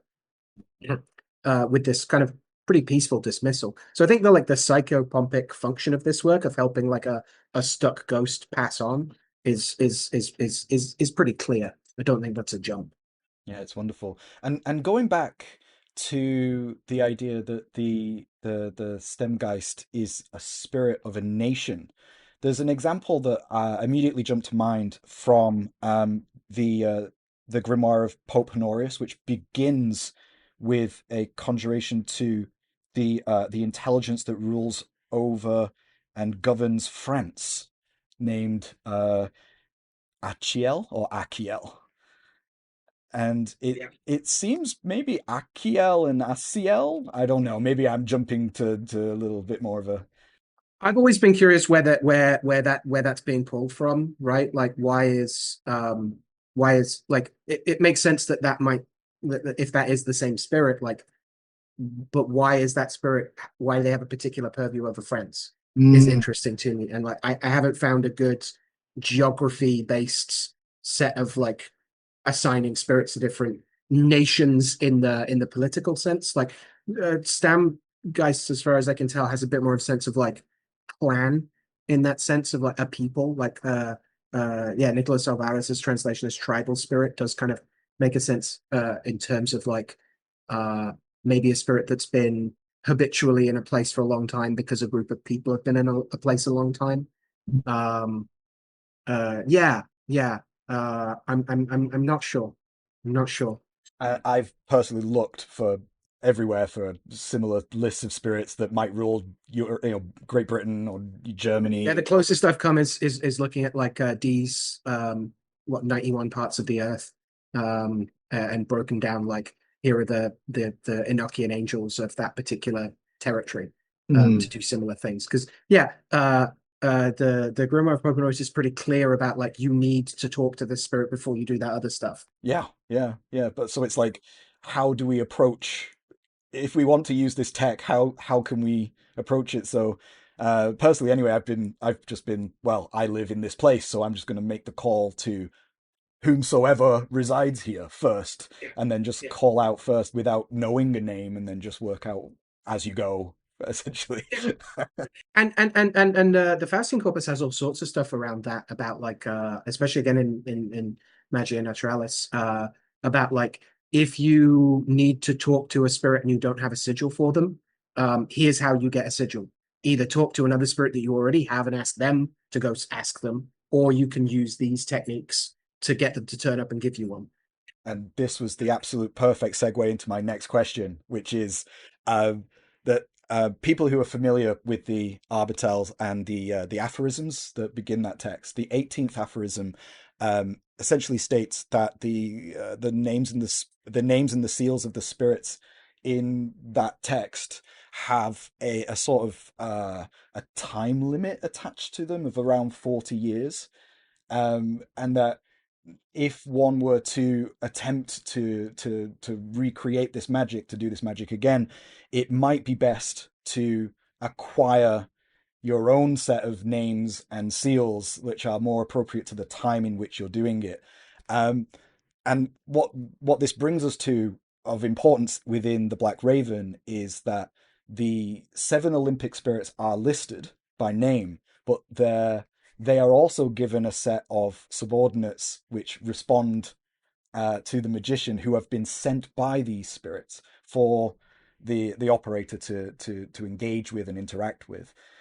So is there anything else that you can elucidate on that for us?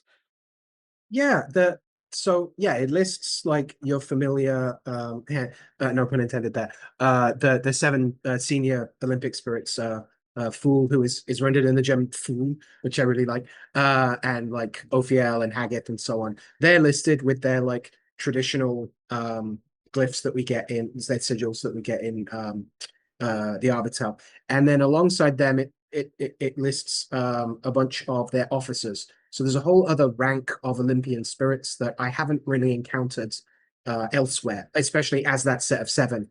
Aratron has Dirdiel, Belthor has Miseriel, Phalig has Safariel, Och or Och has Asfariel, Haggith has Salomiel, Ophiel has Satariel, and Fool has Yakiel or Jakiel. Um, and someone on a forum recently helpfully pointed out that Dirdiel, the first of those, is found in the very old Arabic conjuration oath that gets called the Hatia. I'm sorry if I'm mispronouncing that.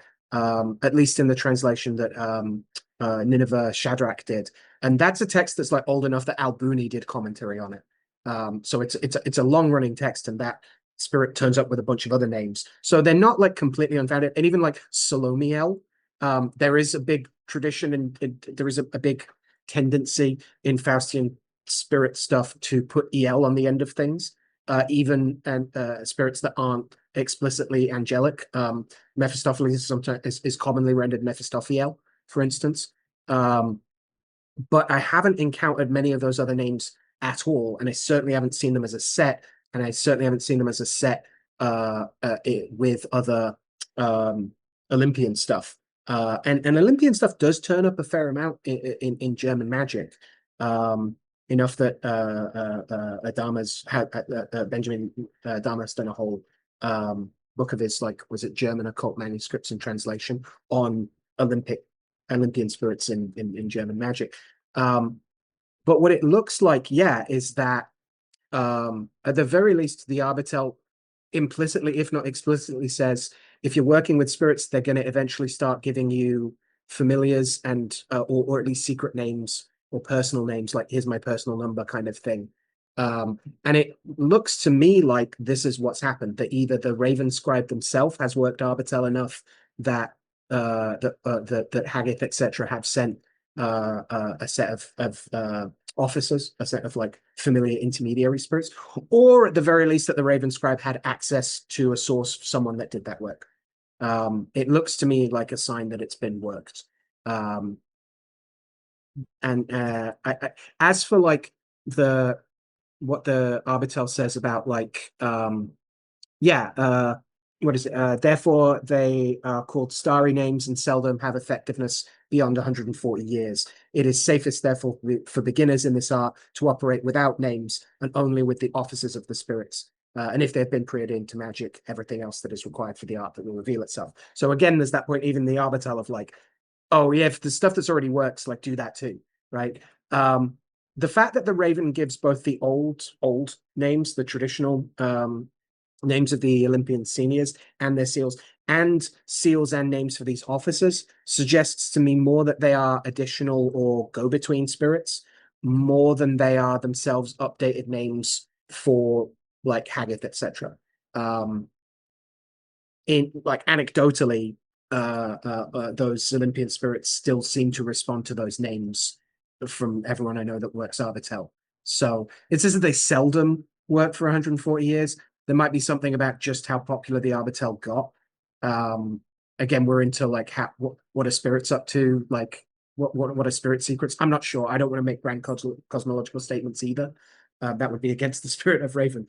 But I think there's something about this shows it's been worked at the very least, and hopefully shows that there's this rich seam that Raven allows for people to explore more Arbitel work.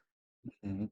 And it also gives you that extra bit of information on each of the spirits. So maybe if is it Dirdiel, the first one you mentioned, for Aratron, yeah. So maybe Dirdiel's moved on and is doing something different these days, but you know Aratron's name and you know Dirdiel's name, so it gives you that sort of phone book reference. So that you know, maybe the exact same characters might not show up and say hello, but you know who was who was doing that role, who was in that position earlier. So yeah, sometimes that passage about like seldom after 140 years is used by people to say like this grimoire is broken now and we can't use it anymore, and I don't think that's helpful. Maybe, but I think we're making grand cosmological statements that might be a little above our pay grade at that point. Like if you put that seal down and do what Arbitel says, they turn up. And it might mean that like you need more particular names or a familiar intermediary spirit to get more particular things done. That seems very reasonable. But I don't think we have to get into the realm of like, is this broken now?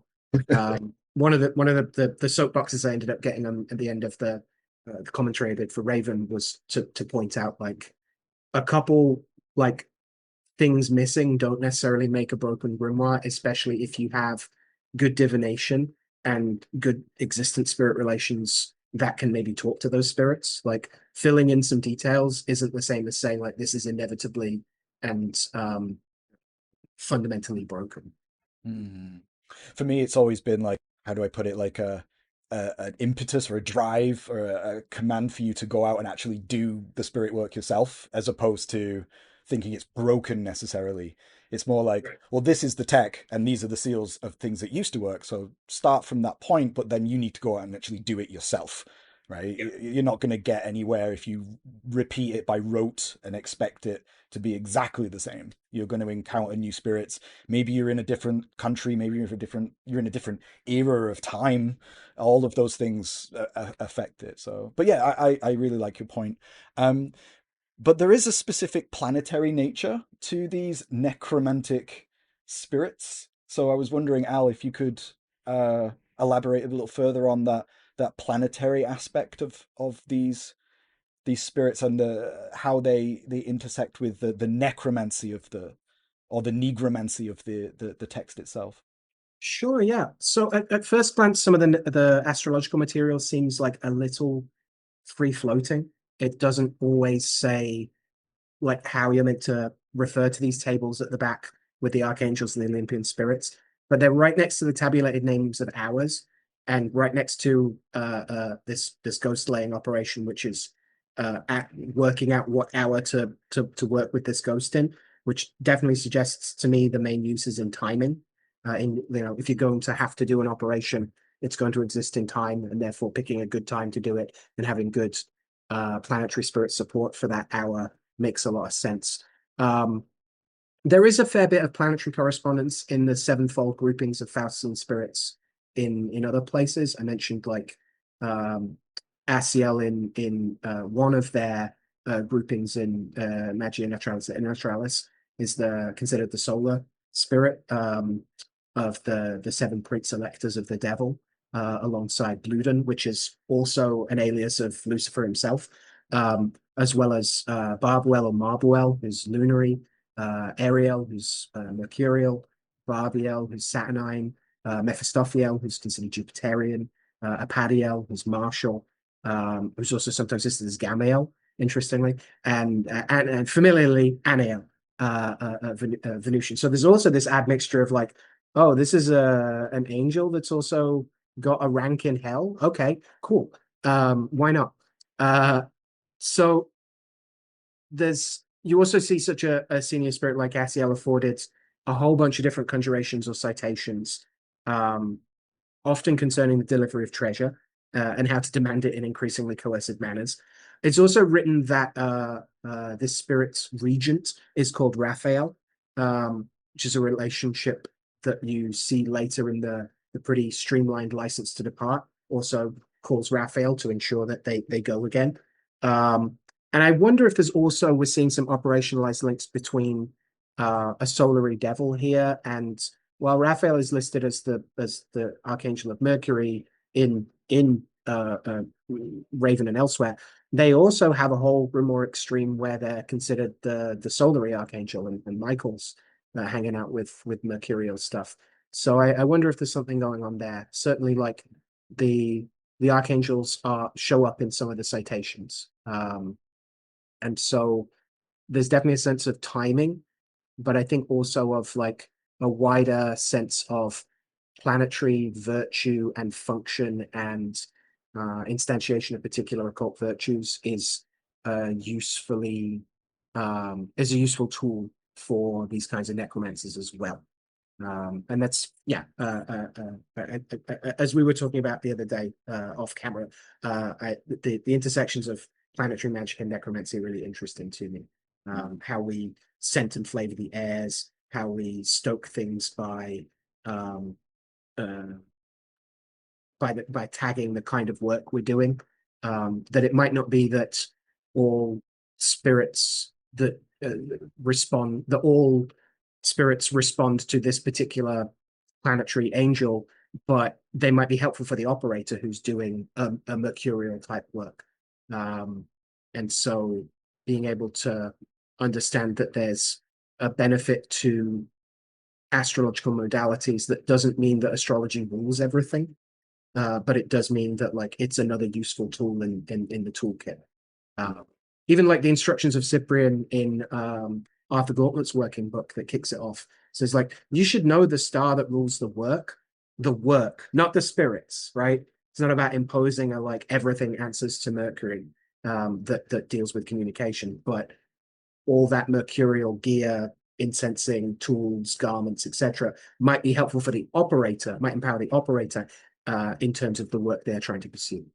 Yeah, and I love that when we were talking before about honey being that uh, collection of all of the planetary virtues, because the yeah the and the bees being the spirits sort of that collect them all, and then using that honey with say like water and milk. And I was it you that was mentioning it, or did I read it somewhere else recently about casting honey, milk, and water to the four quarters to sweeten the air and bring those that collection of planetary virtues together.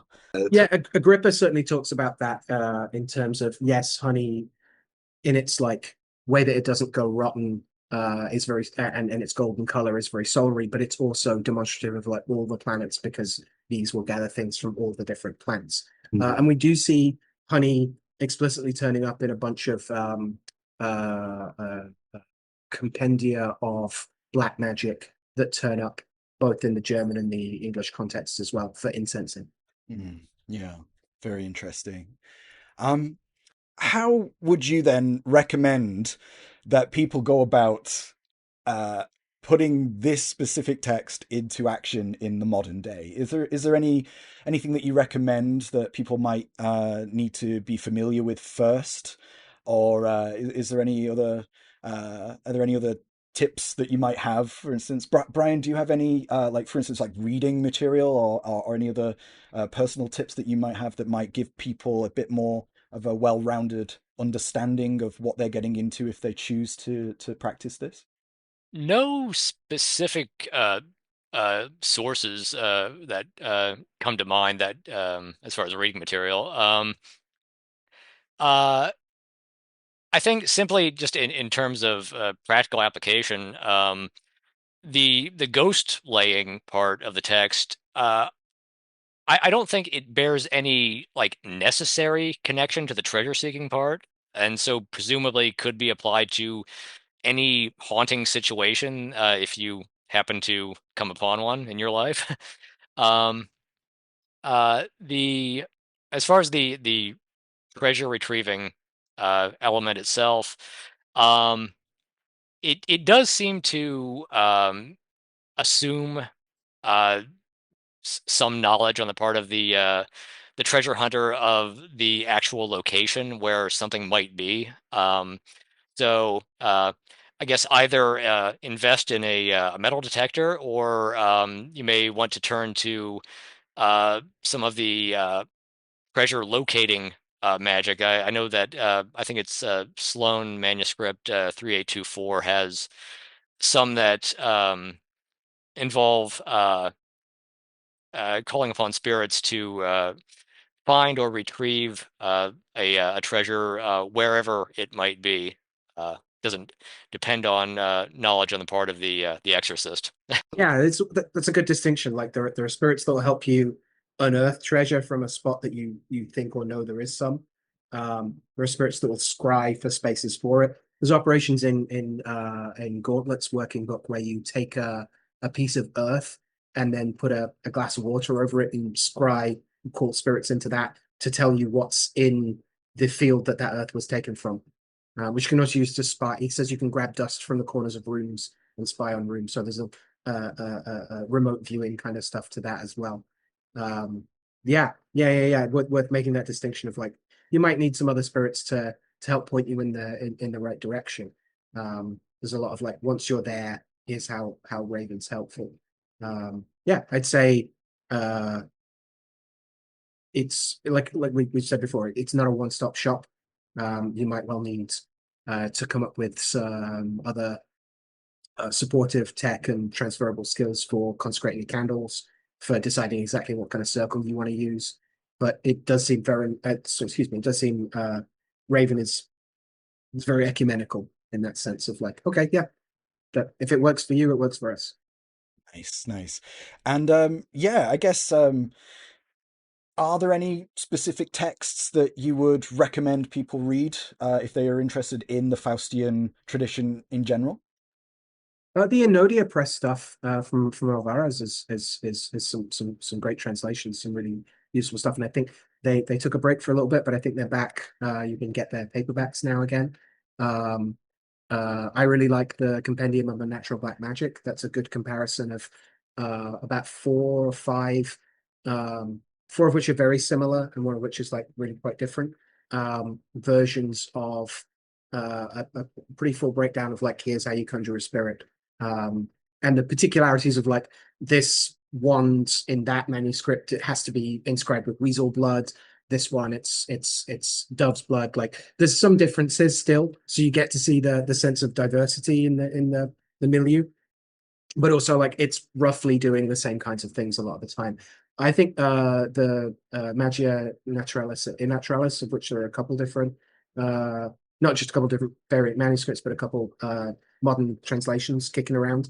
I think you can treat that a little bit like, I'm going to make a comparison now that I might regret later, a little bit like the Faustian version of the Key of Solomon, in terms of like it's the bigger, more formal one that lots of other things draw on in some ways than others, and can give you a sense of like more of how things connect up, and also a lot of like particular operations within that as well. Um, yeah. And again, I referenced Benjamin Adama's German occult manuscripts and translation, I think it's called. Sorry if I got that wrong, Benjamin. That has a good couple texts that with their Necromantic book is great. As is the Nodia Press version of that, the 2 volumes of the Key of Necromancy. And again, highlights that a lot of these grimoires are collections of operations more than they are like an overarching you must only do it this way kind of thing. Yeah, they're pretty great, with some some provisos, and translators are going to disagree about some things, and people are going to have different emphases and stuff like that. But it's a field that people are still pulling new bits and pieces of this folk necromantic corpus out into the light. So it's an exciting little corner of grimoire magic to be getting into, and I'd encourage people not to feel daunted by feeling like they don't, like, oh, I've only ever looked at like, I don't know, the Grimoire of Pope Honorius. I haven't really looked at this other stuff. Like there's more similarities than differences, I would say, on the whole. Brian, do you have any books that you recommend on the subject? Uh honestly, nothing. You dug through Schreiber pretty hard. Like Das Kloster. Oh, yes, and mainly looking at some comparative material in terms of another ghost laying operation from Johannes Scheibel's Das Kloster. But really beyond Al's recommendations, nothing is immediately coming to mind. Okay, that's good though. Of course, all of the books that we've mentioned so far will be added to the description below, so I'll include all of those. And if anyone's interested in learning more on the subject, they can just explore those links and read those texts and become a bit more familiar with the subject. I know I do. But yes, finally, is there anything that you are currently obsessed with, and do you have any other planned projects for publication in the future? Well, early days, and being a slightly mysterious, Brian and I have started a new collaboration on a as yet unpublished 16th century English grimoire. Don't really want to say too much about that yet, as Brian is doing the bulk of the transcribing at the moment. But yeah, I've really enjoyed working with you, Brian, and I'm excited to work on something else as well. Um, I've got a new work republishing a 17th century treatise on unbewitching, treatise on the sicknesses of witchcraft and demonic possession and how to deal with them, which is almost ready to submit to Urzi to start the process for a Hadean release. So no date yet, but keep an eye on that. I'm hoping to finish up work on the the book of the Science of Necromancy, which I keep harping on about this year. If I get a hand transcribing one or two other sources I've found in again particularly difficult handwriting. There's a couple other book projects nearing completion. I'll stay shadowy about for now. Not always great to fool my brain into thinking I've already done them by crowing about them. There's still a bunch of work to be done on those. Other than that, continuing to see clients and to publish research and art and even some music on folk necromancy and cunning craft and geomancy over on my secret library of a Patreon. So I would politely but ardently ask if folks haven't checked that out to go see what I'm up to there, because it's been a really exciting space to get to share like work in progress and things like that. Yeah, as Al said, Al, it's always a pleasure to work with you too. The transcription is proceeding apace, and some interesting discoveries I think are already popping up. I also independently have a recent publication concerning the crafting of astrological talismans by Giorgio Anselmi from the early 15th century, if you're interested in that kind of thing. That's out through Revelo Press, right? Yes, Revelor Press.